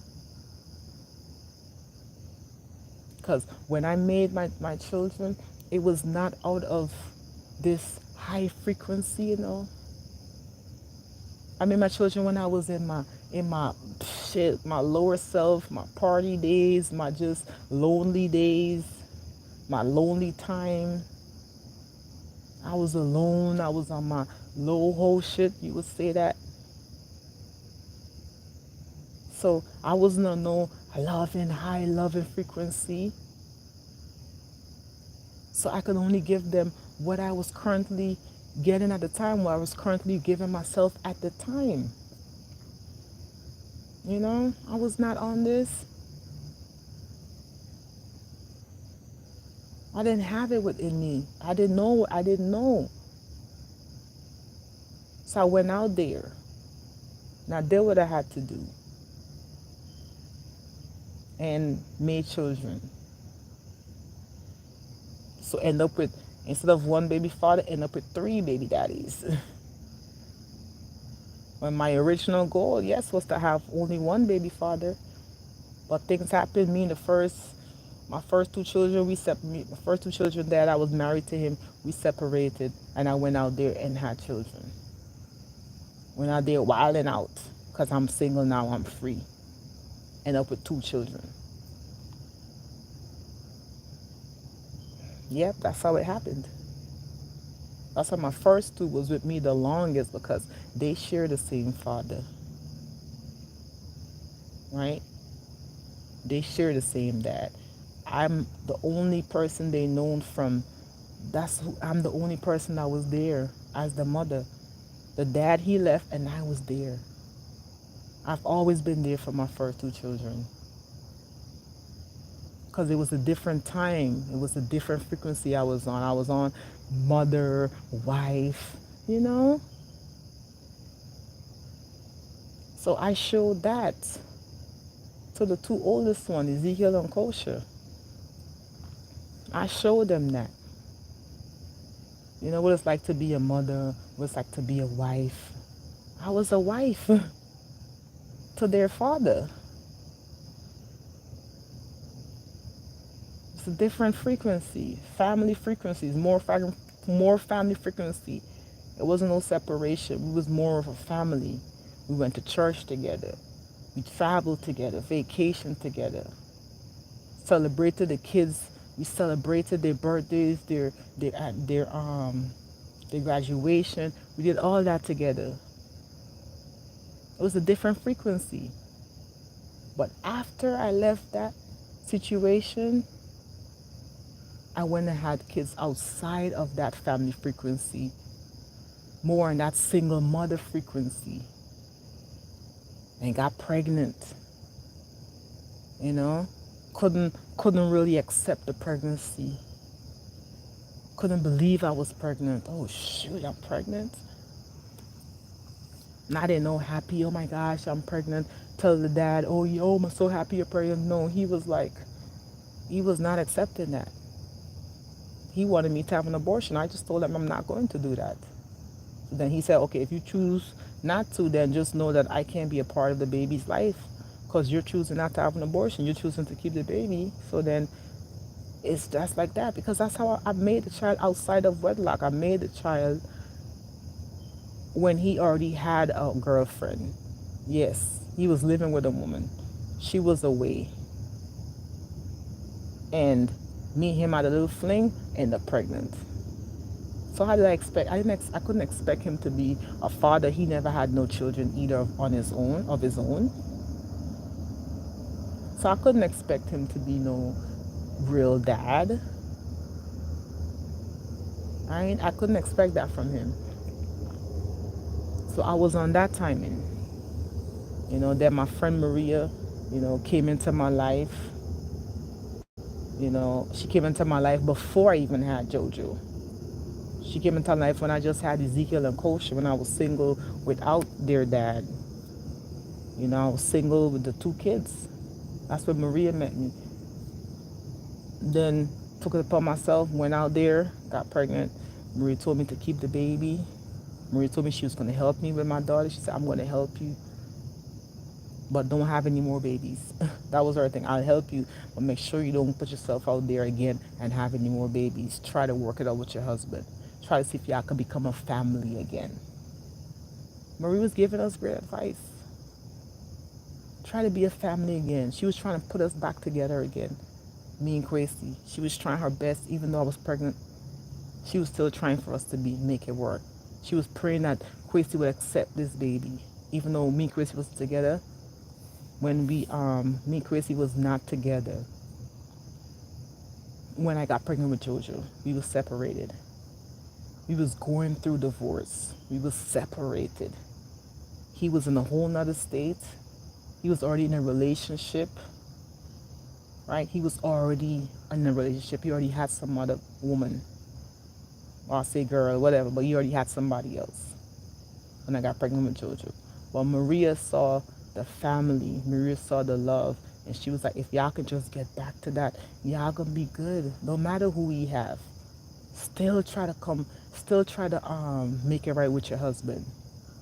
And she tried. I tried. I wanted that. I was hoping and praying too that he would accept JoJo as his own. I even give JoJo his last name when I delivered. I didn't want my daughter to be separated from I wanted her to share the same last name, that same family frequency. I wanted that for her. So I gave her his last name, without his knowledge. But he wasn't upset about it. He really wasn't. Gracie didn't care that I gave JoJo his last name. Oh, did you make it back? Who's that? JoJo did not, Gracie did not care that I gave JoJo his last name. It didn't matter to him. He thought, whatever. Right? So I wanted that family frequency for JoJo, but it didn't work out that way. So when I found her biological grandparents, they changed her last name and gave her their last name so that she's going to be in that family frequency. They all share the same last name, So she's in that family frequency. And that's what I wanted for her. I didn't want her to feel, left out. So I want her to feel included, even though she was a child that came out I didn't come from Quasi. I didn't want her to feel, left out. I want her to feel like she shares the same last name with her older siblings, Kosha and Ezekiel. They got the same last name, and this is why I gave JoJo. This is why I gave JoJo their last name. But it worked out where she ended up with her biological dad last name because he wasn't there for her birth and all that. So he didn't sign no birth certificate. But the granddad is the one that made sure that she was carrying their last name so that she can benefit.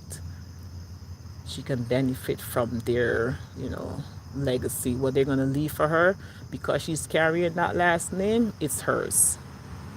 And that's what he wanted. And boom, just like that, just like that. Jojo is carrying, her grandparents, her father's last name because of the work of the granddad. He put in that work as a lawyer to make sure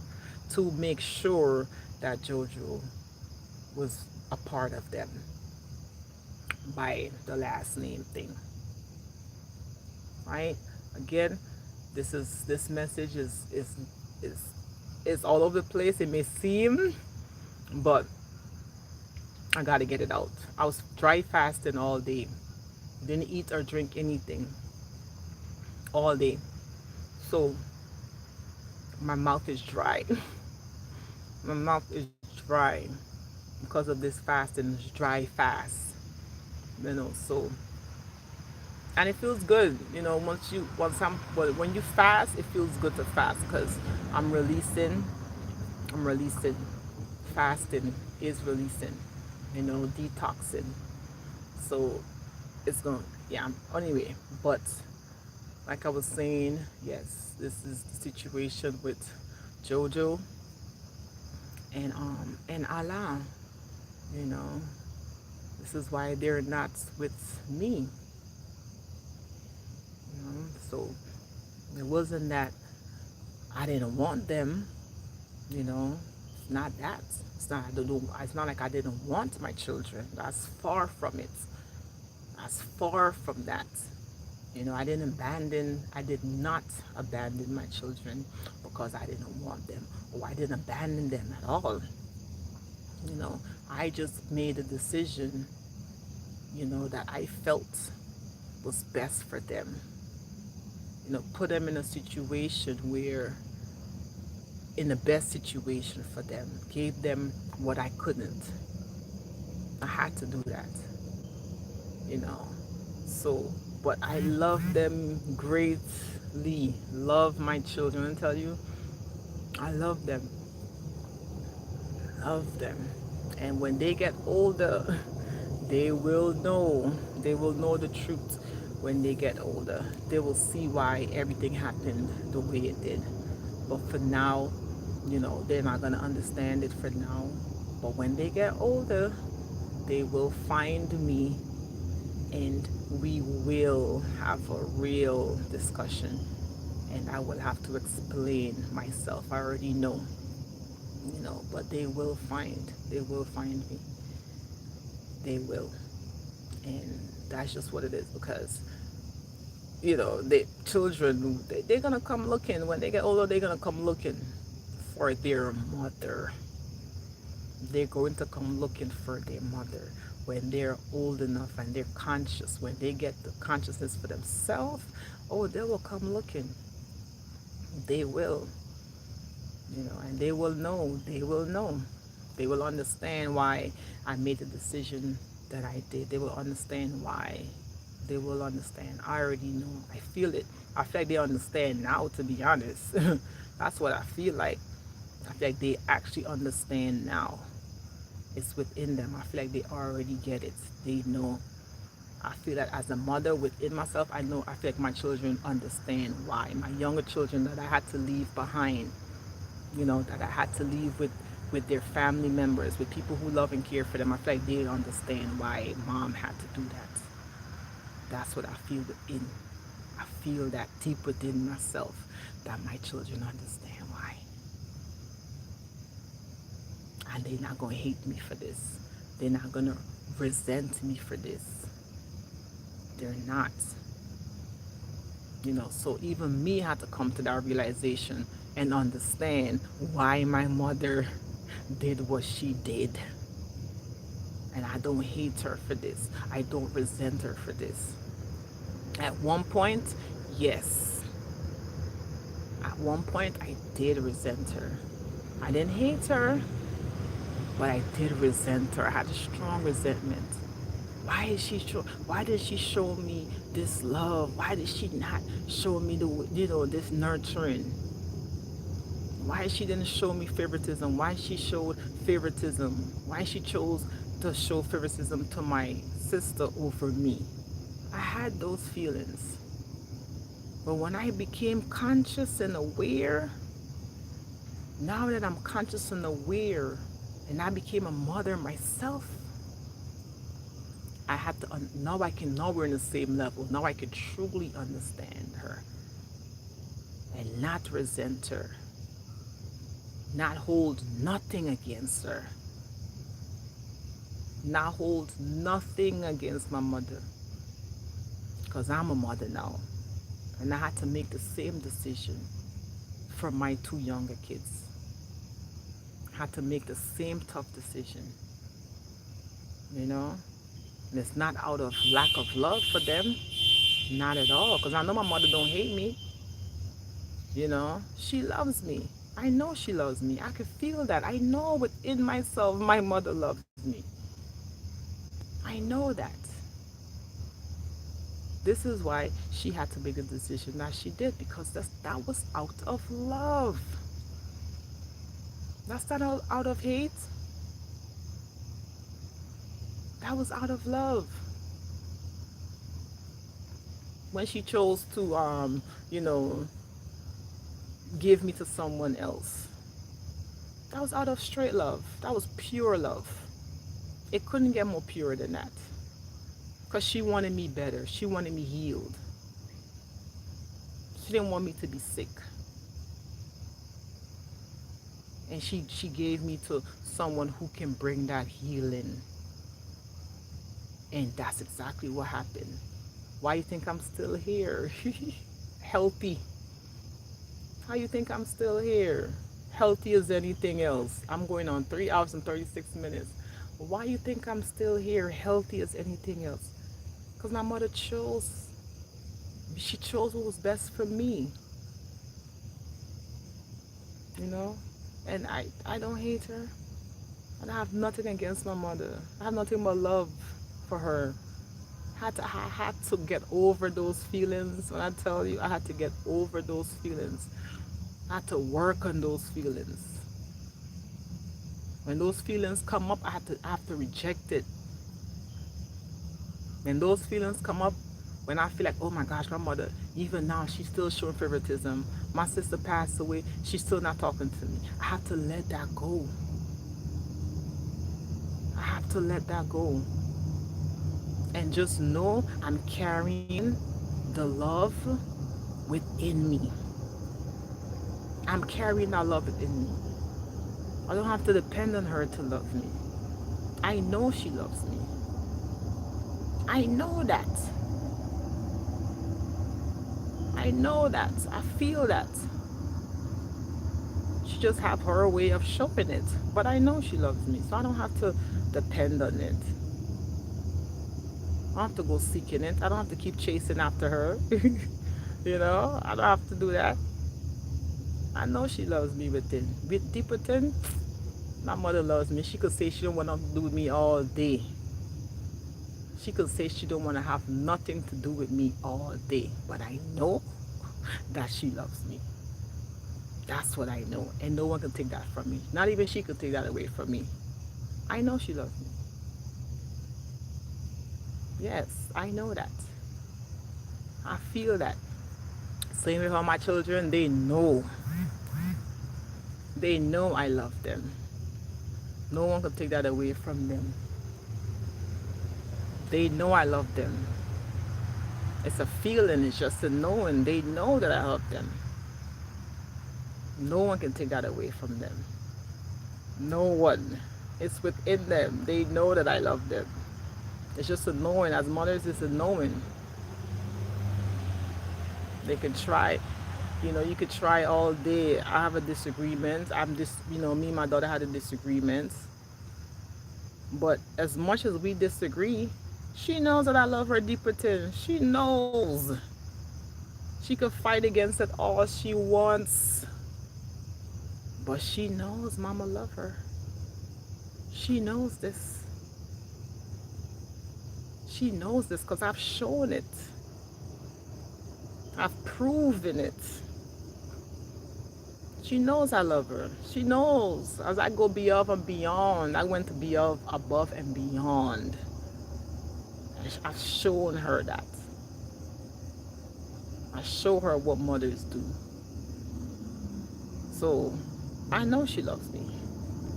She could fight against it all she wants. You know, we're at odds right now. Me and my daughter, Kosha, the 18-year-old one. We're at odds right now. She done blocked me just like my mother blocked me. My own daughter blocked me, but guess what? I still love her. You think that love can go away because you block your mother? She thinks that love can go away. She could never take that love away. Don't matter how much blocking they do. My mother blocked me too, but she thinks she blocked the love. She ain't blocked the love. She carrying that. I'm carrying that love. Ain't no blocking. You could be mad all you want, but ain't no blocking off this love. You can't block this love. You can block physically. Yes, you can block physically. You can keep me away from my grandson physically, but spiritually, he is my grandson forever, for life, for eternity. He's my grandson forever. You're my child forever. You will forever be my daughter. Ain't no blocking you can do. I will forever be my mother's daughter.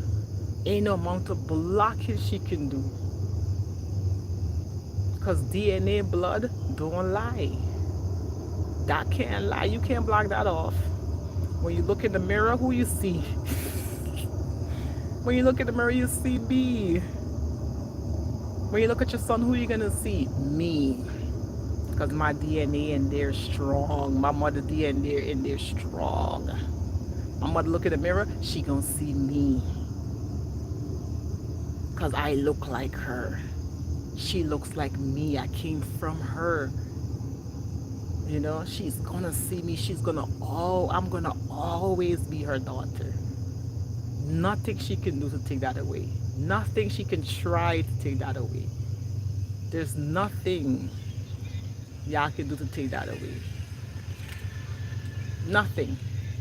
You can try all you want, but it's not gonna succeed. It's not successful. That's why I have to give up trying to block my mother, try to hold this resentment. I'm not holding that shit no more. I let that go. Because always gonna be my mother. Always. Nothing I can do to change that. When I look myself in the mirror, I see my mother. When I talk, I hear my mother. I sound like her. You know?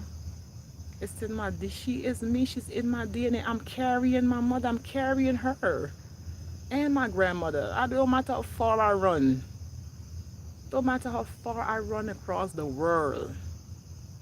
I'm still a part of them. They're still a part of me. And ain't no erasing I can do to block that off. I cannot get rid of that. Cannot. I can't get rid of my mother. I can't get rid of her, no matter what. That's the law. That's universal law. That's your mother. That's mother. That's universal law. I will forever be a mother. Till the day I die, I will forever be a mother. I can't run from that. There's no running from this. None. None. So I'm not running. Ain't no running. I'm a mother first. first and foremost, my mother, a woman, nature, and I love, because I am love. I'm carrying that love. I'm carrying my mother. I'm carrying my grandmother. I'm carrying my sister. I'm carrying all of those, all of my ancestors, the people behind me. I'm carrying all of y'all, all y'all. So, ain't no running. All I have to do right now is embrace and accept me, all of me. That's why I had to release those feelings. I had to release those feelings. Hold nothing against none of it. None of your family members. None of the people that treat you a certain kind of way. Hold nothing against them. Nothing. I don't hold nothing against them. We may not agree on everything because you came into with your own mind. You know, I came in with my own mind, but I don't hold nothing against you. I don't. I don't hold nothing against you. I love you. I honor you. A mother, again, I honor you. You know, I cherish you. I'm grateful for you. Grateful for you, you know, putting up with me, the good and the bad. Grateful for you bringing me into this world. Grateful for you sacrificing the way you did. Grateful for the knowledge that you poured in that I still carry with me to this day. Grateful for you. I'm grateful that you showed me what a strong mother looks like. You showed me strength, showed me endurance, showed me what it's like to be tough out here. You showed me strength. I know what real strength is because of you. I know where my strength comes from, where this strength comes from. It came from you because you showed me that. I'm tough like this because of you. I'm strong like this because of you. So I acknowledge you. I acknowledge you. I am the way I am like this because I picked up from you. I picked those traits up from you. I learned to demand and not back down. I learned to love myself because of you. You showed me self-love. I saw how much you loved yourself. I learned that from you. I learned that from my sister too. Y'all showed me what self-love look like.